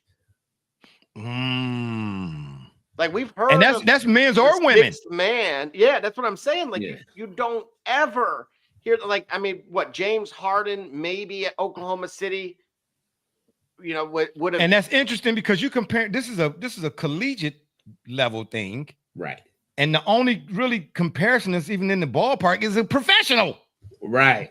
You know what I'm trying to say? So that puts you up on the different type of pedestal or pedestal. Wait a minute, she's used a handful of lineups this year. If Joyce Edwards comes off the bench, if she doesn't start, then that would mean both come off the bench, the top two. Bruh, that's a whole different element. That's it. Hey, what did we say? A pun for sure. That is a game of depth. But then on the flip side, Texas, that Booker girl, bruh, for all my folks out there who are into basketball and the women's game in particular, we were going to show the clip, but then again, we've been getting clip here lately, you know what I'm saying? Thanks to the FCC's, ACC, PCC, Airfoils people, whoever that may be. But anywho, we didn't buy a vowel, Pat Sajak, whatever. That's going off the air too? What? Yeah, I know, exactly. Oh, now. Well, I know. Oh, Megan my did the God, same now thing. you want to be on a tizzy. Talking about, and she ain't even had it on unless she was violently ill or something. Pat Sajak, they not gonna replace the host. They just gonna get rid of it. Bruh, listen, I'm gonna tell you something. They replaced Alex Trebek on Jeopardy. Obviously, may he rest. And that, bro, it ain't the same. You can't just be. You can't just be terrible, but he's not Alex Trebek. Well, I'm not saying he is Alex Trebek, but some people deliver a performance with a certain type of flair that you just got to be there. Well, Ryan Seacrest wasn't good enough for Wheel of Fortune. Okay, you know what? You cannot, with all due respect to Drew Carey, even though he's from Cleveland, you can't. But bro, Bob Barker beat up Happy Gilmore. Some other things. I'm just saying, Bob Barker was Bob. Yeah, I've seen some of them clips. You see some of them back in the 70s. Hey, listen, I'm trying to say, it's tough to replace an icon. Come on down. Yeah, well, down. Yeah, he went down all right. I'm just saying. What the cow say? Walk down. Yeah, right. Got you. Even Steve Harvey for Family Feud. Bruh, Richard Dawson. I don't know. I don't know about all that. I don't know. Man, Richard Dawson was the man, bro. Man, Richard Dawson, bro. Dawson. You know what? Man. I think Steve Harvey kind of. You think he kind of made the adjustment? He kind of made you can have a discussion. He broke through. Right. He broke through. It's like I said. It's 1 and 1A. Richard Dawson, Steve Harvey, 1 and 1A. No. Okay. Anyway, let's get back to basketball because you just jumped out the plane at 82,000 feet with no parachute with that one. I knew you were gonna go too far. Because I've got a suit made of vibranium. I got a suit made of vibranium. Yeah, okay, I got you. Yeah, I'm glad you. Sometimes they say you. Yes, I'm glad. Yeah, right. Yeah, as they say, sometimes your imagination is your only nation. I'm just saying. That Booker girl from Texas. Oh, we got a comment. We'll get to your comment here in a second. Hey, let me say this, bro. They played Haley Van Lith, if I'm saying that correctly, in TCU. Yeah. Okay. Yeah. In the third quarter. At the 28.8 second mark in the third quarter, Texas got the last possession of the third quarter. They run a 1-4 set. For all my basketball people out there, I want you all to go back and watch that last 28.8 seconds and how Booker in other words, and watch it from the beginning all the way up until she hit the shot. I want you to watch what Texas ran out of that 1-4. And then I want you to go watch the Today BA game. Pick one because they run 1-4 sets in the NBA too. Okay? And tell me don't boy. Let me sip. Let me bit sip. your lip. No, I didn't. No, I didn't. Because I was finna say something. I was finna slip. That's why I say Okay. you bit your lip. That's what I say. You say, God, take a drink on that. I want y'all to tell me, what y'all see. All right. How about that? Just tell me what y'all see. We're gonna get to this comment right quick. Let's see who. No, we ain't. No, we ain't. No, we ain't. Mrs. No, Alva. No, we ain't. Richard Dawson would kiss all the ladies on the list. Oh, slow down there, Mrs. A. Oh, slow it down there now. I was gonna say that actually. You know what I'm saying? But when Richard Dawson used to come on, he just had a, you know what I'm saying, it's suave. He was like, how you doing, Miss Jackson? She's like, oh, Richard. Then, you know what I'm saying? Next thing I know, they would go to a commercial break. Never seen that many damn commercials. Hey, remember that one? That one clip? Distract him. Don't start nothing on here. Yeah. But anyway, who y'all got? Texas, South Carolina. I'm going Texas, man. Booker is. Yeah. She is the kind of player that can. Yes, bro. I'm trying to tell you. I think South Carolina got something for it. Okay, well, I'm taking South Texas. Carolina. Okay, all right. Well, I'm taking Texas. Double J, who you taking? Well, the problem I do have as to what makes this even more challenging, I believe this is the fourth time these guys have played. I thought it was the third. It's the fourth. It could be. I don't know. You might have me. Because I think the conference tournament. Oh, did they? Man, I don't know. I don't know. Who you got though? I'm not betting against Dawn Staley. I can't. I mean, I don't blame you. I mean, I'm jumping out the tree. I mean, this is what I do though. You know what I'm saying? I jump. You know what I mean? Y'all fail to realize, bro. I wore a helmet till I was in my 30s.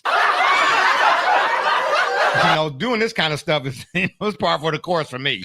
You know what I mean? They say, oh, barbershop, put wooden matchstick between his toes and lit him. They're like, oh, okay, and it's not surprising.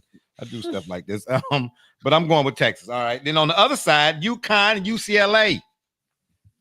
Who is the young lady for UCLA? They look like she's about as tall as Zach Edey, or look like it. What's her name? Double J. Mrs. A. Nah, you're not talking about Lauren Betts, are you? Oh, maybe it's she's like 6'7", I thought. Oh, I said she looked just for the ladies. Comparatively speaking. Yeah, that's what I'm saying. She looked like she about as tall as Zach Edey out there, bro. But I told you, I've been saying since we were on a hang with Gabby Jaquez, that name should be familiar because Gabby was balling, but bruh, I'm telling you right now, it's UConn and Texas, bro. Oh, Booker and come on, man, you're falling victim. Booker and Beckers. That's gonna be the headline, bro. I'm telling you, Booker and Beckers, because Paige is not playing with y'all, boy. Paige ain't playing. Paige is a killer. And I use the term in terms of she go out there and be taking care of business. There's just too much depth. First 48 episodes. So, all three of those four teams have been ranked number one at some point this season. Ain't what that got to do in the tournament. My point is depth. Right, so depth coaching, we know. Okay, UConn don't have depth. Not like them, not like UCLA. They're not like us. I don't care. If you ain't betting against Don, I ain't betting against Gino. How about that? Give me Texas and UConn for all the marbles, since we on ESPN marble racing. I'm just saying. How about them marbles there? Yeah, right. Give me Texas and UConn. I'll just say that the closer this game is at halftime, or if UCLA has the lead at half, that's it. It's done. Yeah, okay. How many times UCLA been in big moments? Well, sure. I you call could them. say I call them the that's Three gonna be Musketeers moments, or the the Snickers inexperience of the moments. Final Four. You could say that. I mean, Okay, what, I'm South just saying. Carolina lost a handful of times before they finally got over. I'm just saying, bro. I'm just saying. Page ain't playing. Booker and I will Beckers. say this: if Betts has the ball, you might as well let her shoot because they're roughly 70% off of her passes. They shoot 70%. And like UConn don't or can't or won't or ain't. Wicked. Okay. Anyway, yeah. So Give who y'all yourself a got button. then? What happened? Give yourself a button on that. Okay, well, I'm gonna give myself a button then. I'm gonna give myself applause, baby. Sorry for the screen shaking. You know, I'm trying to say I got to look the desk I use. Boom, shake the move. Boom. Never mind. I'm sorry. Oh, hell no. Anyway, so I was correct. This is the fourth time that South Carolina and Texas have played this year. Yes, and South Carolina. Since 1845. They lost in Austin by 4. Otherwise, they beat them in the conference tournament by 20. Who lost where and what happened? So South Carolina versus Texas in the 3 match this season. The home game in South Carolina, they won by 17. Then they lost in Austin by 4. And then in the conference tournament, they beat them by 19. So yeah, give me Dawn Staley in the final.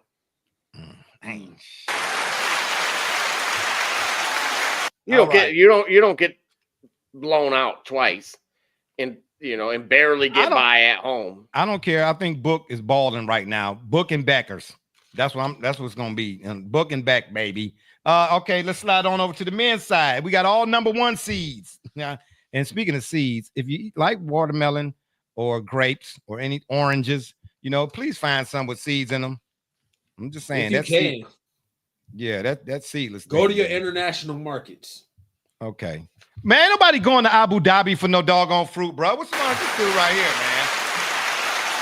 I'm giving you a button for that, okay? You need timeout. What happened? You need timeout. Hey, you need to change your diaper. Hey, Florida at Auburn on the men's side. Huh? Auburn. You trying to get over it. Okay, that's what you're doing. You're disrespecting your elders right now. That's what we're doing. Okay. All I'm saying is 1-800-ABCDEFG. So you know your alphabets. Whoop-de-doo. Yeah, I wasn't getting ready to, Double J. So you said ABC 1, 2, 3? No, that's what the Jackson 5 said. I said ABCDEFG. So this ain't Sesame Street. It's hooked on phonics. It worked for me. Okay. Yeah, well, whatever you say, Tad, Lee Pad, JJ Fad, my bad. Lakers in 5. Hey, see, that's what we not. that's what we not finna do right here, man. Florida and Auburn. Who you got? I'm gonna go with Florida. Yep. Why? Because of Hawk? Yeah. Namely. No. Double J, you sitting over there looking sideways. Who you doing the same thing? Oh yeah, I told you. When we don't make me want to look at your bracket one more time. Yeah, no, let's bring that up. It's not a bracket no more, bro. We could have won. We could have won the broken bracket tournament. Oh. You know what? It took me a half a second for me to catch that. Wow, this guy right here, man. Wow. Yo, wow. But I see you got company today, so therefore. My body and me. He glitched out for real. He was like, nah. Yeah, I sure did. It took me. Yeah, okay. Don't disrespect. Hey, don't you? Oh, man. Okay, what? All right, well, we're right there at the top. Oh, there's Double J with the Gators. And we're going to keep scrolling. Barbershop J down in 17th place. Yay! Hey, somebody got to bring up the rear. Ooh. Oh. Ooh. Wait a minute. So who do you have in the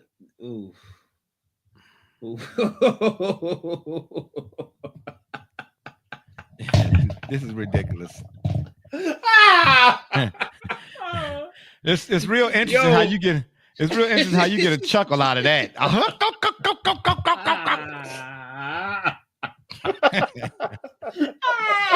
Oh, this is ladies and gentlemen, Chuck Lil John. Ladies and gentlemen, dearly beloved, we are not gathered here today or tomorrow. Woo. This is unbelievable. Okay, yeah, I mean, hey. Hey, I stand by mine. Okay, I tell my bracket was busted from day one. What you say? What you want me to do? What you want me to do? You know what I'm saying? This is what happens. Listen, when I don't take my medication, I told y'all don't listen to nothing I say. Nothing. Anywho, Florida, Auburn. I'm taking Auburn. How about that? Y'all got Florida? Okay. Florida. Houston at Duke. Low. Really? We got to see this again? Really? Houston at Duke. Who you got? Well, I mean, you got Houston there somehow. I said who you got. See who I got. You got Houston. You got Houston there. Oh boy. Can we leave it back right here? Thank you. My God. Bring that tournament back up one more time. No, don't do that. No, don't do that. This is sheet of integrity. No, it's not. It's a sheet, all right. That's what it is. He got. Wait a minute. We let him listen. You know what? No, you didn't let me do nothing. Because right. No, bro.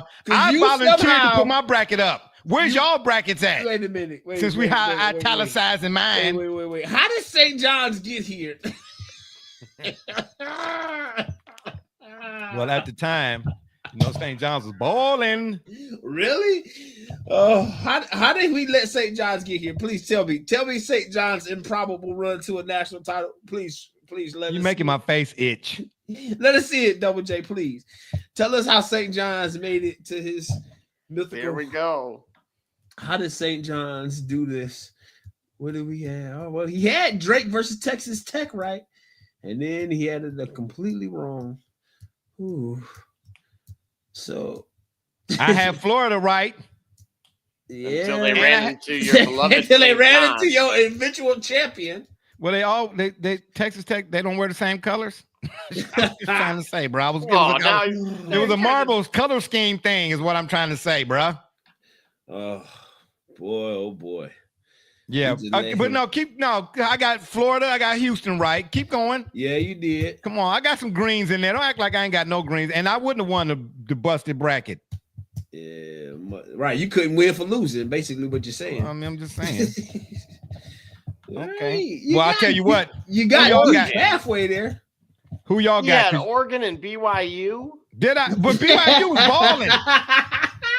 Oh, man. Hey, I don't think they've ever been that far in a tournament since like the 80s. Okay. Mm-hmm. All right. Yeah, all right. He's learning a lesson. My stomach hurt. Well, then take some Pepto-Bismol if your stomach hurt. Bro, I do not have to do crunches for the rest of the week. No. Oh, my God. Oh, remember how he was cutting us off? Remember how he was cutting? He didn't want us to talk. This is his bracket. He did this. Well, I volunteered to put my bracket up in the first place. What are you saying? You volunteered as tribute. Oh, I'm not saying nothing. I'm laughing. Listen, I don't gamble, so I took a gamble, and I don't gamble. Listen, that's why you are smart. The gamble didn't pay off. That's why you are smart. You didn't gamble. You don't ever do it again. Wow, unbelievable. Houston at Duke. Who we got? Let me see who our host is. Okay. No, real talk. Hold on. No, go the other way. Who I got? So I had that was good right there. No, whose bracket is this? This is Double J's bracket. This Double J's bracket? Somebody got some sense. Yeah, I know. I got 35 cents. Keep it up here. You got Florida and Duke? He got Florida and Duke, and he got Florida winning it all. Man, Cooper Flag is getting ready to open up a can. And I ain't even about to say nothing. Nah, all right. You asked Houston and Duke. All right, I'm going to go with I think Duke gonna win it all, though. You think Duke can win it all? Yeah, Cooper Flag is he just that good. I like Florida and Duke in the national championship. I outpicked them in my Final Four. No, you didn't. I would. I said. Oh, you would, but you didn't. Yeah. Okay. Well, then who did you have in your Final Four? I just told nobody because I'm not that type of prognosticator. Okay, I'm not a guy that's going to give you the tournament and the picks and who's going to win the points. I'm not that dude. I'm looking at, okay, these guys made it based off of what they've done. Who do they look like today? That's who I am. Okay, you talk about your but you're an instigator. Oh yeah, I am a Florida an accentuator. Right? Yes. Yeah, got you. Yes, yeah, yes, I am. Okay. Well, who we got? I just told you. Okay. I got Florida and Duke in the national championship. Double J, who you? Yeah, who you got? Florida. My concern is the location, but Duke travels very well. They also have a pretty deep team, including Mason Gillis, former Purdue player, on their bench, who can hit some clutch threes if needed. And certainly, that guard for Florida. What's the guard for Florida? What's his name? There's a few. Will Richard comes to mind. The name don't sound. Give me somebody else. Maybe it is Will Richard. Well, they got Elijah Martin. Walter Clayton is probably who you're thinking of. I think yes, Clayton. Man, when he get hot, boy. Man, when he get going, bro, it's like water. But I told, hey, look, when he was filling out that bracket, I told him I'd been on Florida since December. Yeah, I know. And he just was like, and. All right. So on the men's side, we got Duke and Florida. That's who y'all got. I got Auburn and Duke. And then on women's side, you're going against your own bracket? I don't have a bracket. Yeah, your bracket, you picked Houston. Yeah, you did. Listen, did you hear what I said? After day one, it was no longer a bracket. It might have been one on paper. You got Houston in the national championship losing the same.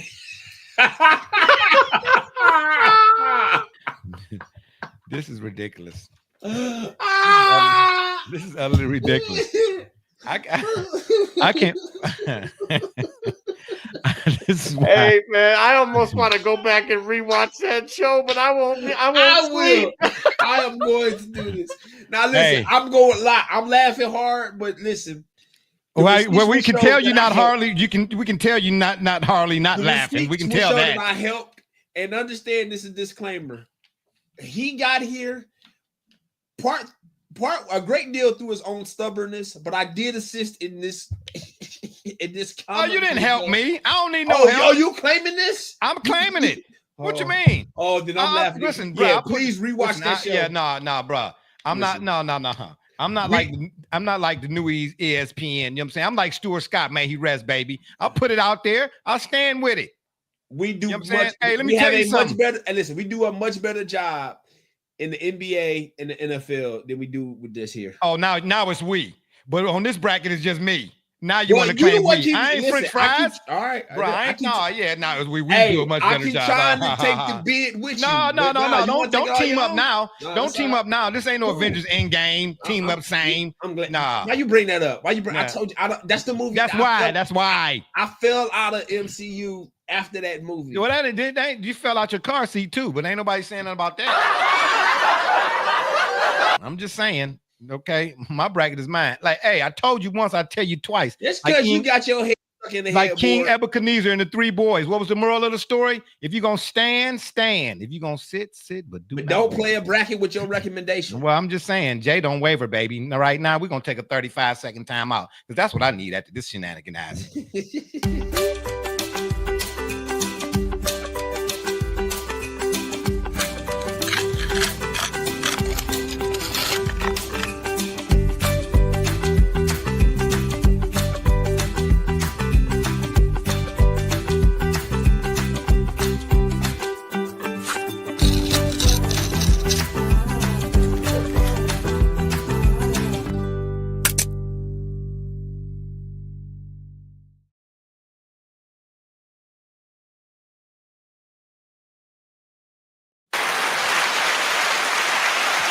Will y'all stop changing the cameras, please? Thank you very much. All right. Last but not least, we're going to get to some of this MLB. That's right. Major League Baseball. MLB. The MLB season.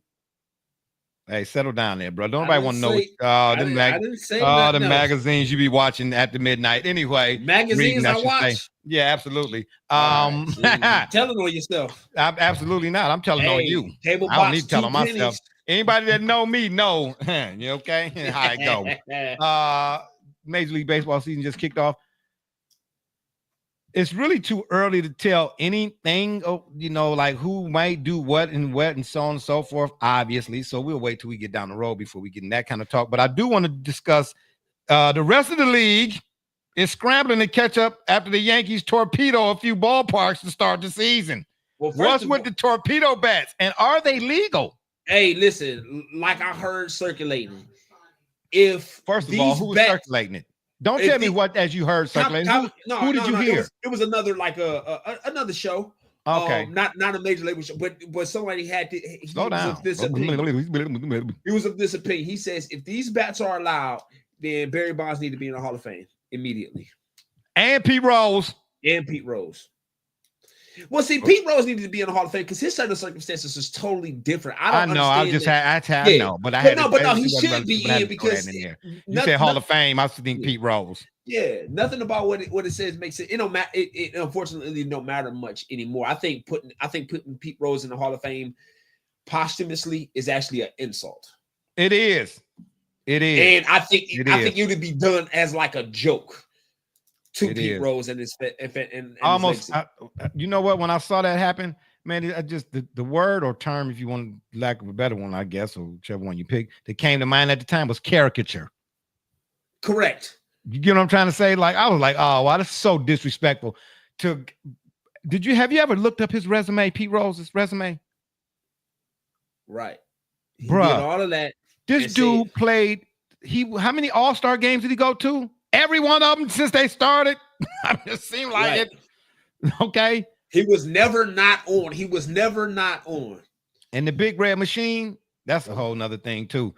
But this man played how many different positions in the All-Star game, bro? He made it as an All-Star in how many different positions? Right.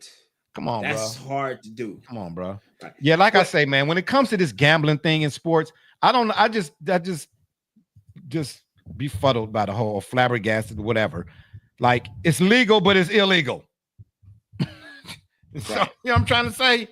It's illegal. Okay. Yeah, we as the owners and the people that run the thing, yeah, we can put it out there, but you as a player, you better not get caught. Right. Now, I'm not for point shaving and things of that nature. You get what I'm trying to say? But why can't a player go down to his local gas station and hit the scratch off? You know what I'm saying? But hey, why can't he bet on the Lakers? Or the Sixers. Right. I'm just saying. Come on, bro.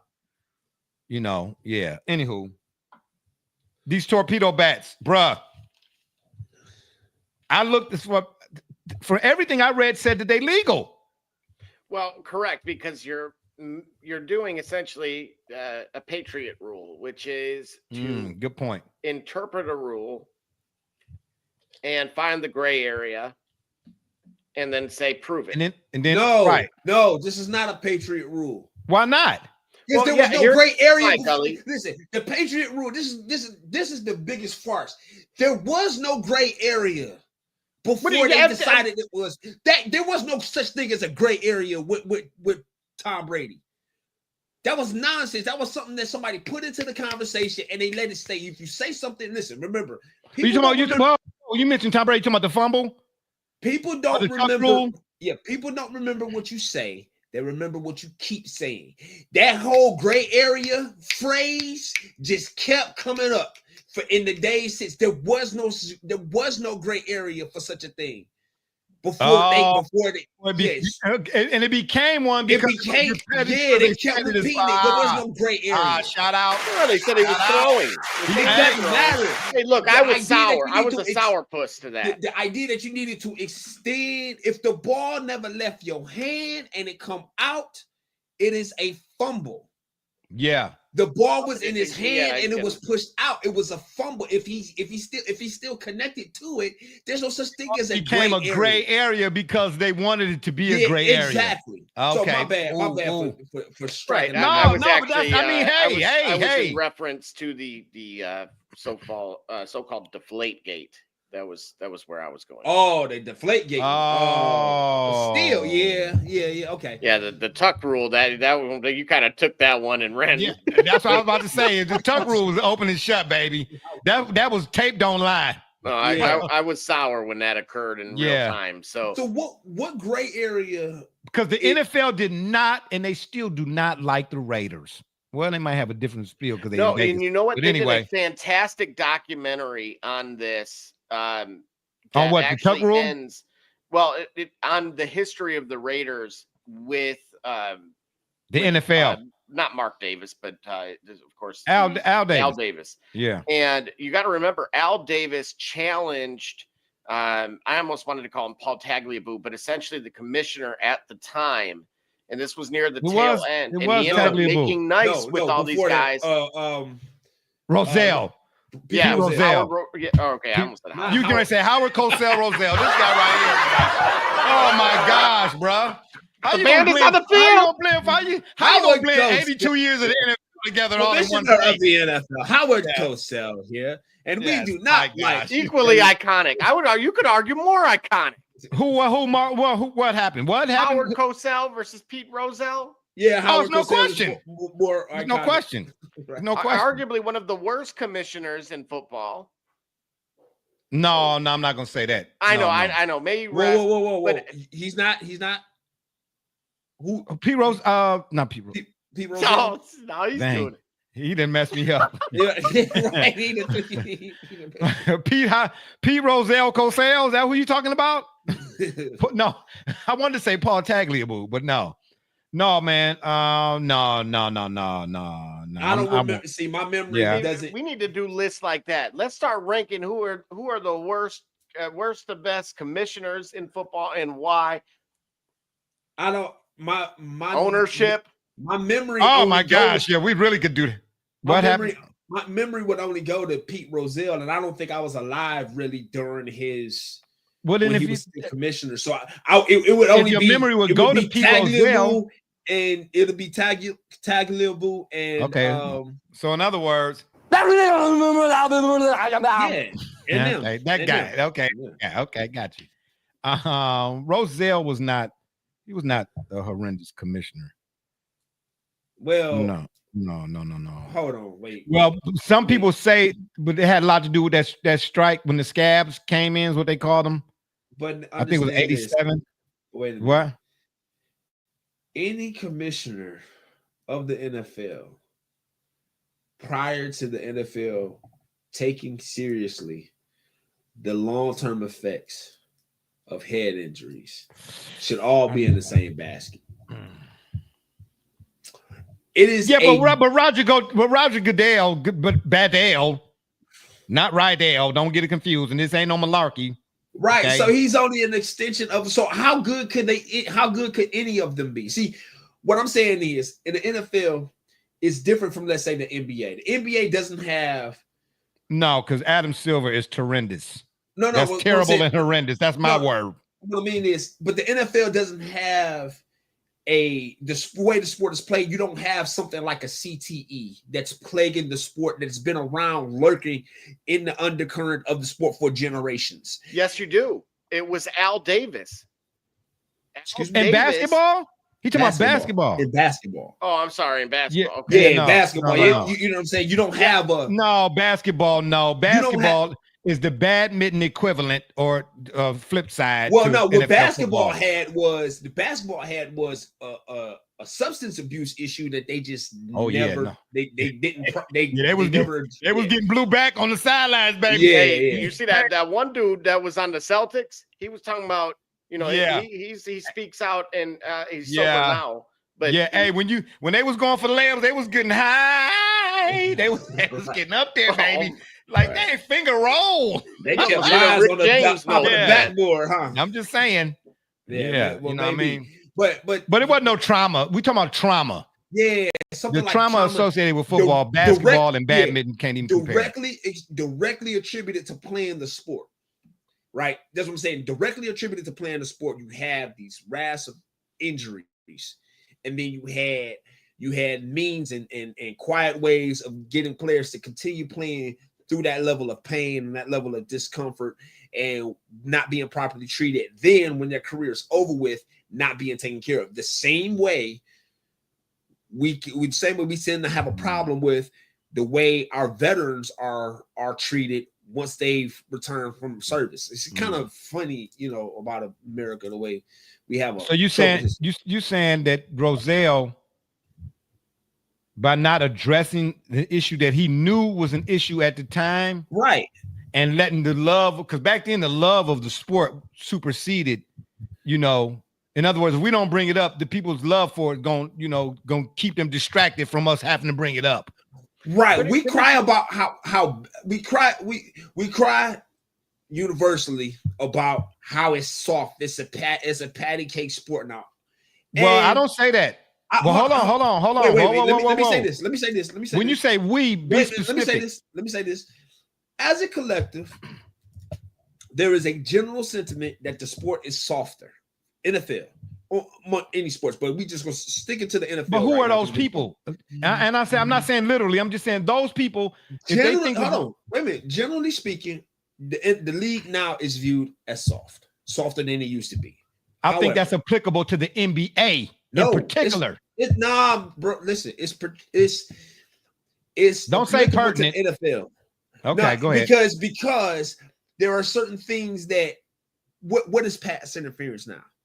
Very little can be done very little can be done right now to interrupt wide receivers pass to the ball. Okay, I got you. All right. But at the same time, when it was a much rougher sport, Jack Tatum, Mike Curtis, Chuck McNary. Like, hey, it's three. I see it's three head coaches here. I see three Buddy Ryans looking at me. They like, do this, get back out there. It's 3rd and 7. We're gonna run a blitz package. So there is that contradiction or that cognitive dissonance of the sport need to be tougher, but these guys are really the gladiators that Russell Crowe was fighting and Damon Hunter was fighting in that movie. In 300? No, in the movie Gladiator, or is it 300? No, in Gladiator. Gladiator, right? Okay. So my point is, proper respect wasn't given to the way we wanted to appreciate the sport, right? We want to appreciate the toughness, the roughness, the grit, and we want to celebrate that. But then the consequences of performing at that level, you want to have our cake and eat it too. So exactly, right? Exactly. You're suggesting, had they taken a better approach to mental and substance abuse, that were likely byproducts of a combination of both. Substance abuse in the NBA, mental. I think you should separate. No, I would suggest. Bro. Because look at for every Jim McMahon and Brian Urlacher was getting shots and getting shot up. He said Toradol and all that old type of in order to be able to play the game, and so they go hand in hand, right? These individuals, to play a gladiator sport. So to suggest that they're softer now. I don't. I mean, you yourself, Barbershop Jay, have really been lambasted people wearing the Pampers, as you called them. Hold it. First of all, I need to step away just for like 3 seconds. It's a book I want to show you all. Bear with me. All right. So where I'm going with it, Gully, however, is speaking of mental health and financial. That goes hand in hand long term with the NBA. Okay. That their financial inaptability. You see this book here? Okay. Yeah. If you are for all my readers out there, let me bag him up a little bit. Make sure y'all can see that there.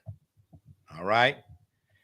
When you talk about the shots and what these guys had to go through to be able to now, Mark Bavaro, he go down as one of the best tight ends in NFL history. Right. Especially when it comes to toughness and what these guys play through, and that, bruh, you got to get this because it speaks to that. You know what I'm trying to say? Right. Nowadays, see, I don't. But my take on the NFL though, I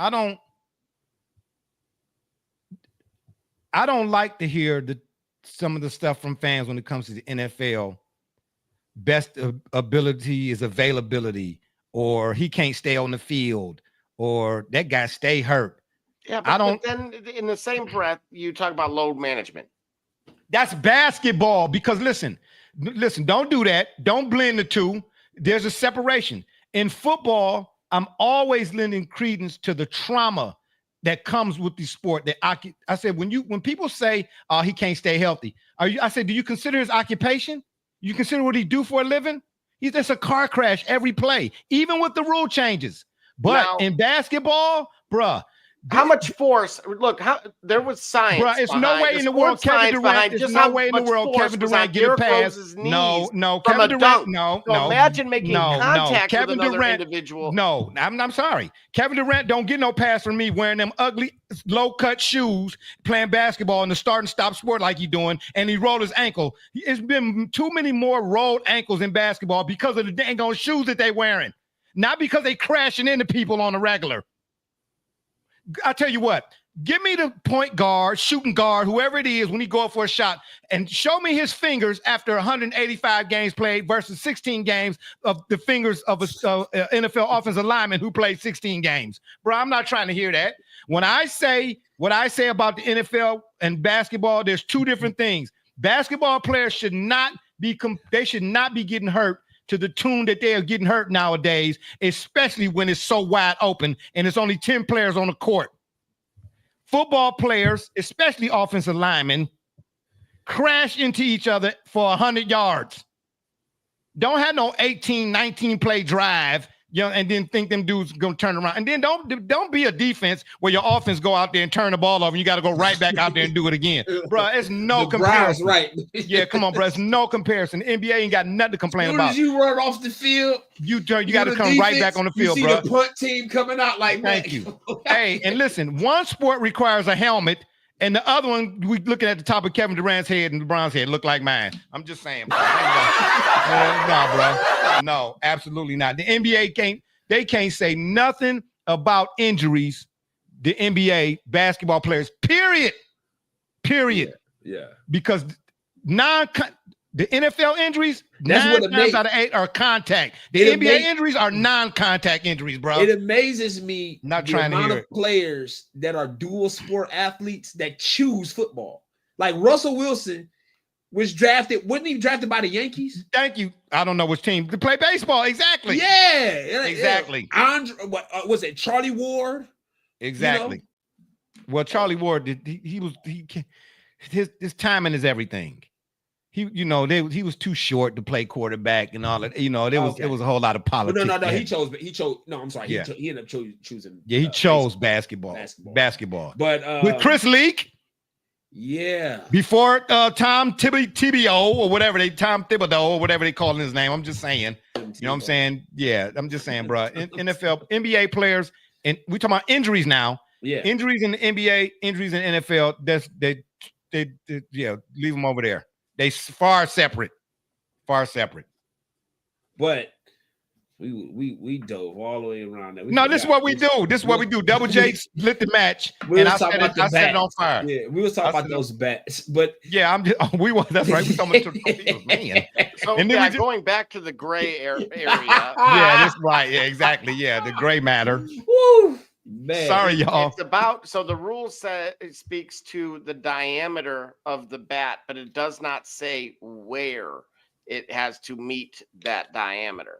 Okay, so with these bats, if they do the measurements and the measurements measure out as they did before this happened, what can you do? So the question I would have is, what was the psychology behind the shape of the bat? Why did they think that the shape of the bat before this modification? Why did they think that made the most sense? Because of from my understanding, from where the ball makes the most contact when the ball hits, you know what I'm saying? What part of the bat the ball hits most often, you know what I mean? Oh, okay. So the original bat shape was reflective of the thought that the bat hits the ball at a certain point on the bat. If okay, that makes sense. So now the Yankees are discovering, hey, you know what? We getting the bat.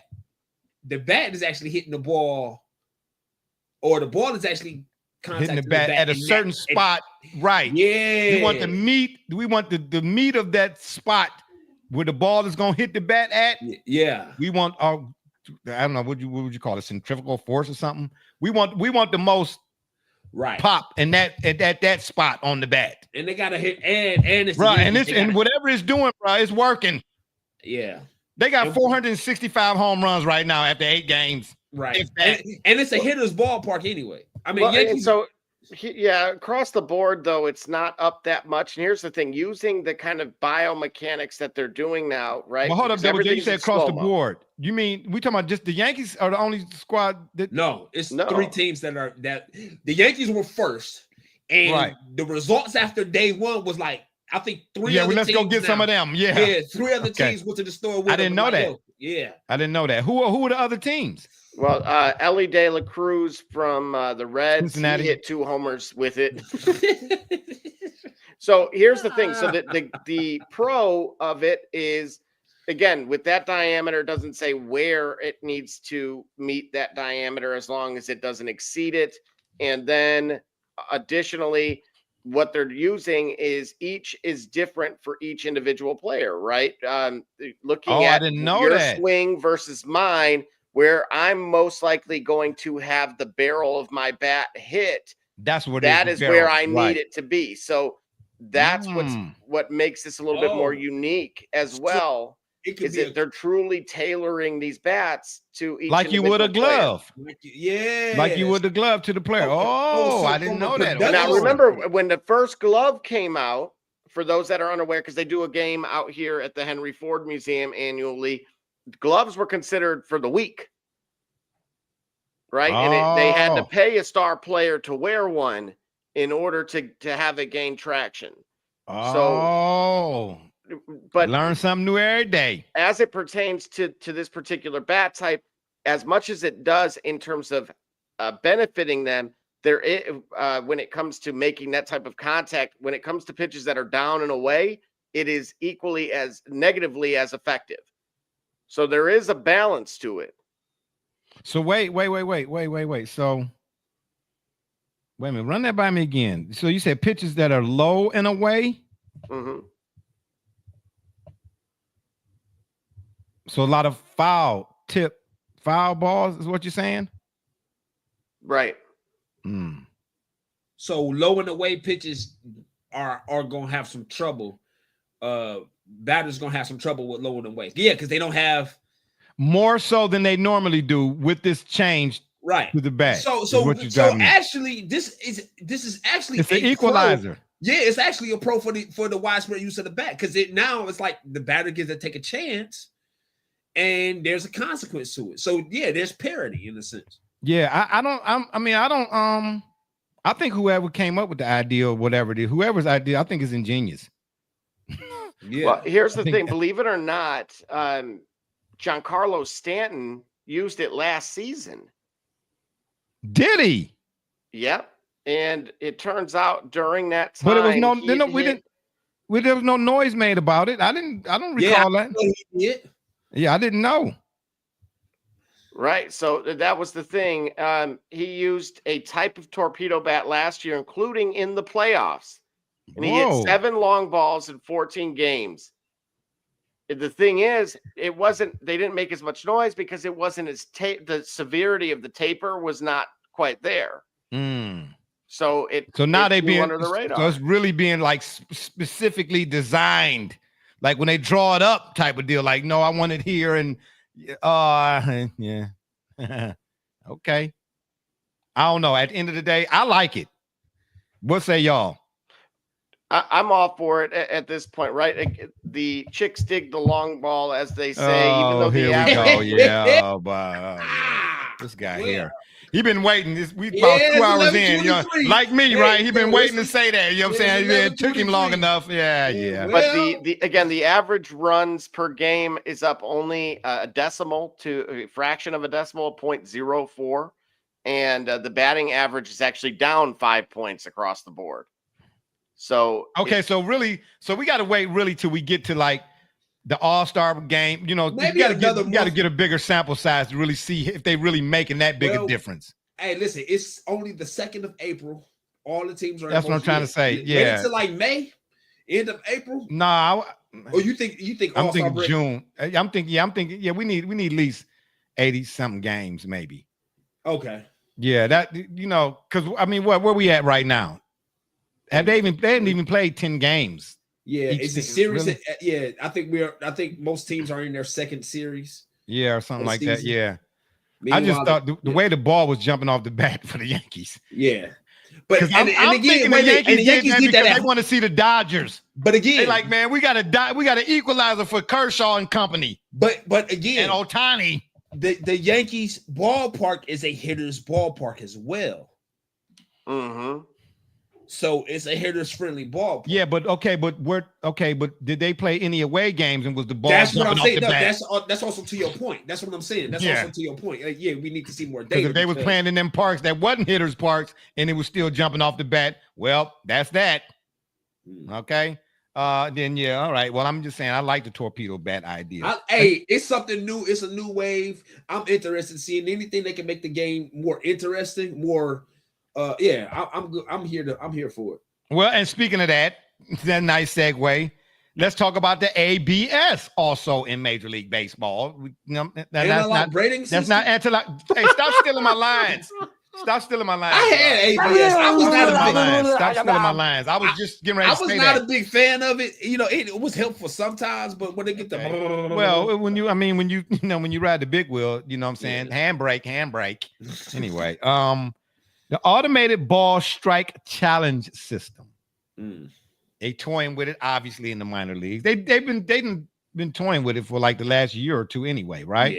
Yeah. Okay, so is it time now for it to make its major league debut?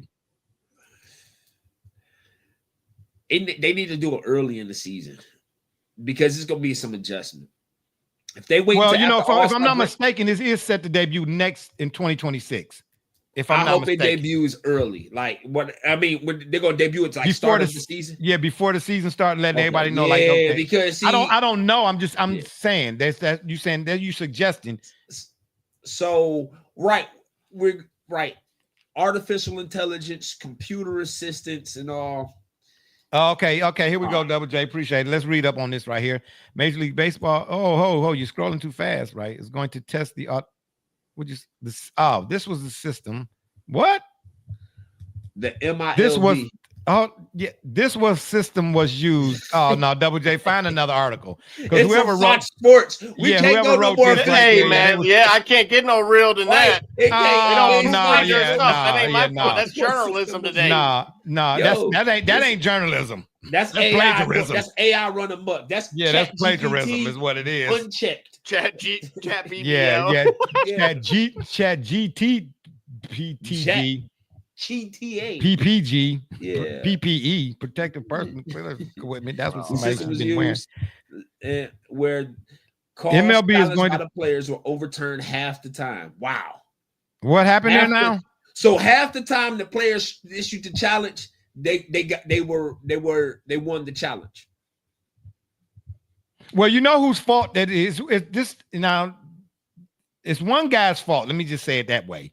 It's one guy's fault that this thing is even a thing, and now they really trying to make it a bigger thing. That's Angel Hernandez. Okay. And he retired. He tired. He was tired when he was tired. All right. So each team and I was tired of seeing challenges, and they will only lose their challenge if the umpire's call is confirmed. That only the batter, pitcher, or catcher can challenge a call. Not the coach, not the manager. That's crazy. Whoa. So wait a minute. And no additional challenges in extra innings. So you don't get an extra one if you use them all in the first 9 and it goes to extra innings. That's it. That's it. But now prevents from slowing the game down. And listen. No. It's very clear. It's very clear. I'm gonna give you a very simple explanation for it. Very simple. Where is a manager watching the game? Away from the strike zone. Oh, okay. Got you. Whereas in the NFL and the NBA, they right there on the side. You know, they right there on the sidelines. Yeah. Okay, got you. Okay. So the guys who have the better vantage point, right, are awarded the opportunity to challenge. Okay, all right, that's fair. Okay, got you. All right. Well, I mean, yay or nay? I like this idea too, man. They've had it in tennis for decades. You know, wait a minute. Whoa. But wait a minute. But tennis came up with something new. No, I don't know. No, I mean, we've seen the whole ball. Did it bounce in the fair? That's the from the network's vantage point to the viewer watching it on TV. Oh, see, I thought that was a system that they were just relaying. I don't believe so. I thought that they challenge it, when they look now, it shows. So it shows on the screen. Maybe was it the French Open or the Australian Open? I'm almost positive I had seen them challenge a call, and they went and looked where the ball marker was, and then they showed that technology. Because even I was questioning one that looked like it clearly had hit the line, but it missed by a fraction. But I'm talking about in real time, though. Whoever the line judges are in tennis, they don't have a they don't get to go to some like automated. They don't have anything automated on the tennis court at the time, do they? Correct. They do or See, they what don't. We're seeing here is a real-time example. So again, that pitch was thrown, and now we're waiting. And again, we're doing this, and we're looking at this in real time. And then there it is over there, the challenge showing where it landed, and that it was clearly a ball. Wow. Where's the automated box at though? Where does it? If it's replacing the umpire, where are they putting it at? It has to be at center field. Why would it be at center field? So because I mean it's a camera, it's a machine. So it can probably grab from center field, it can zoom in. You know what I'm saying? It can zoom into Well, I mean, I get it because they got satellites in the sky and we can use cell phones like in the space. I get it. But wouldn't you want it behind it where? So I don't get it though. I mean, I get it, but why would you put it out in center field when you got the umpire right behind the batter? Well, wouldn't you want to put it somewhere there? Yeah, I don't know where it's placed. Where does it say where they place it at? Let's see. I'll see if I can find that. Yeah, I'd like to know. Where do they place it at? Yeah, same here, Gully. Yep, same here. Okay. Yeah, I'd like to know where they place it at. But either way it go, man, I'm cool with the torpedo bats and the ABS, anti-lock braking system. I'm just saying.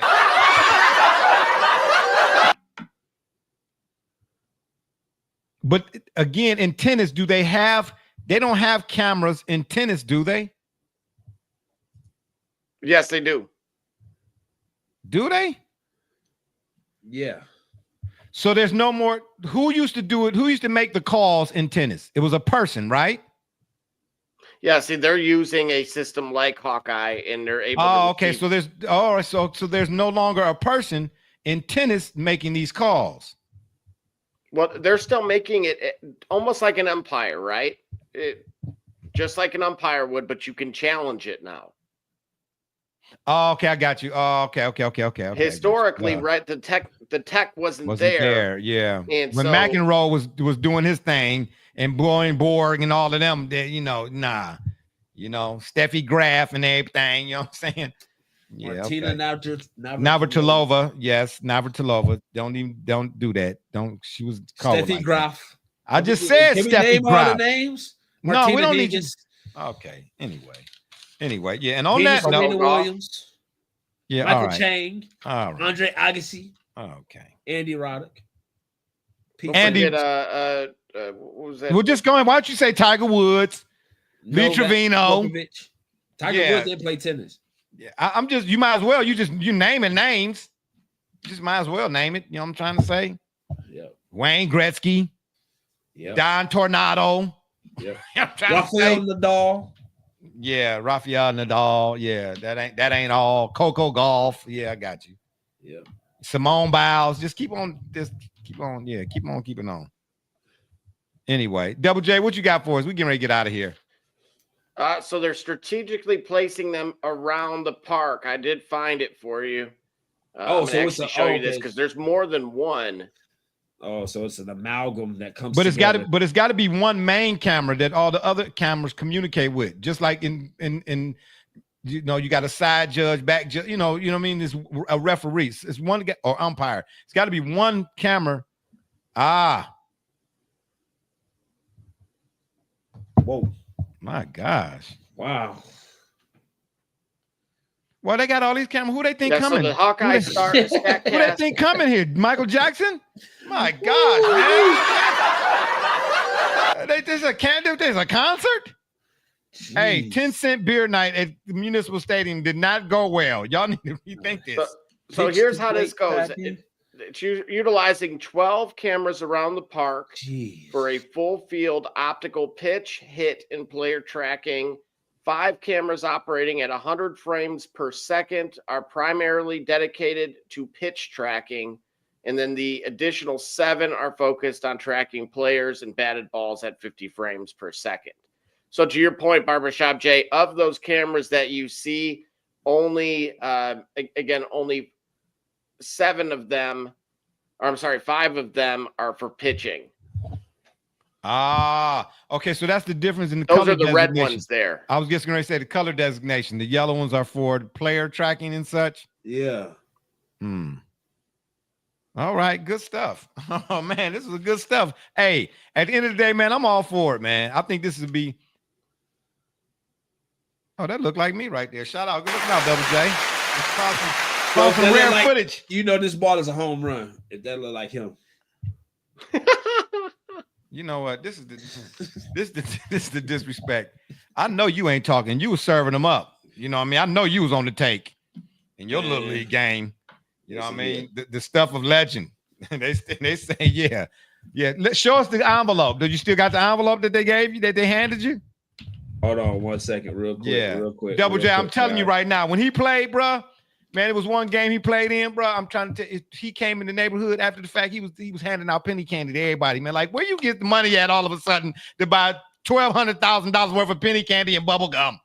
You know what I mean? When 2 days before that, you know what I'm saying, we was scraping up pennies, just saying, so we could, exactly. So we can get some Chico sticks. What's this right here? What we looking just at so here? You can see this here, as far as the quality of the accuracy through independent testing, they measured the measured location of the center of the baseball at the front of home plate has been found in repeated testing to be accurate within 0.25 inches, so 1/4 of an inch on average, with some of that error attributable to the ground truth testing system. In other words, it's super accurate within the width of a pencil or the top of a push pin.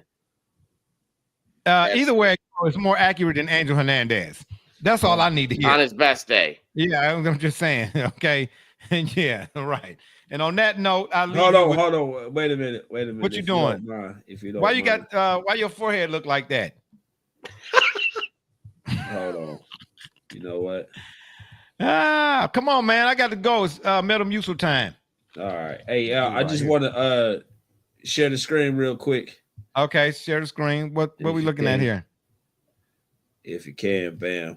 I want y'all to take a look at this real quick. What's this right here? Do you see it? I see it. I see it. Of course I can see it. What do you think I'm gonna ask you? What is this right here? All right. What the hee-haw? Watch this real quick. You want to look at the what picture? The hee-haw? Yeah, what I'm you gonna ask, can you see it? I just said, what is this? It don't show. It's not rendering. Oh, come on, man. It's a great play. All right, here we go. Oh, come on now. You see, Double J, this is why we let you do all of the video stuff right here, because you would think that. Watch. Just watch. Okay.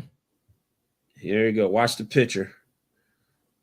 Whoa! Got him. Right man. There. Yeah, number 23. That's not a balk. No, it is. Yeah, it was Double J. It looked like that's what it looked like to me. A balk. Right. No, that was a balk. That's what that move was. That's a balk. No, yeah, that was a balk. He got him out because he did it right. Technique was No, whether he got him out or not, this is why they need. That's why they got the technology they got in Major League Baseball right now. It's coming to high school, and yeah, let's get on out of here. That's what we finna do. And on that note, it was a balk. It wasn't a balk. That was family that did that. That was Levon. He did that. Got that. I know. Shout out, but it was a. Oh, then I'm Angel Hernandez. Then no, not that. No, I'm not going. I'm BSJ. Why you think it was a balk? Because what? Do you know it what was? a balk is? Yeah. Do I know what? I know what a Jabberwocky is too, and I know it. What's a balk? Listen, back up off me, Chewbacca. And on that note, I'll leave you with this quote: "Generosity hides one's shortcomings." Let me read that again. Generosity hides one's shortcomings. How's Ali ready? And my turn. A balk is a illegal motion made by a pitcher that may deceive a base runner. Well, I mean, that's the Webster's version. The BSJ version can't be said here on national television. It's been fun, but we got to run. Don't forget to check us out. It was every other Wednesday, maybe at 9:30 on the PM side or whenever how we go.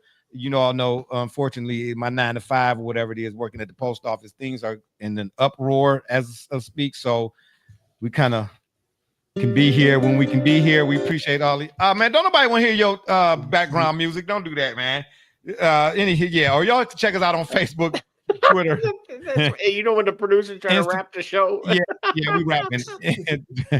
Twitter, Instagram, the Shop's fan page, and of course YouTube. Make sure when you're over at the tube, please hit the subscribe button. We be much obliged. If that don't work, y'all can Google it for my dudes, B Rich, Double J, D Gully, and all those who follow and support us. We say thank you. Barbershop J, you be listening to the Shop Report. And remember, the next time y'all want to know what's going on, or really going on, come to the shop. Walk-ins are always welcome.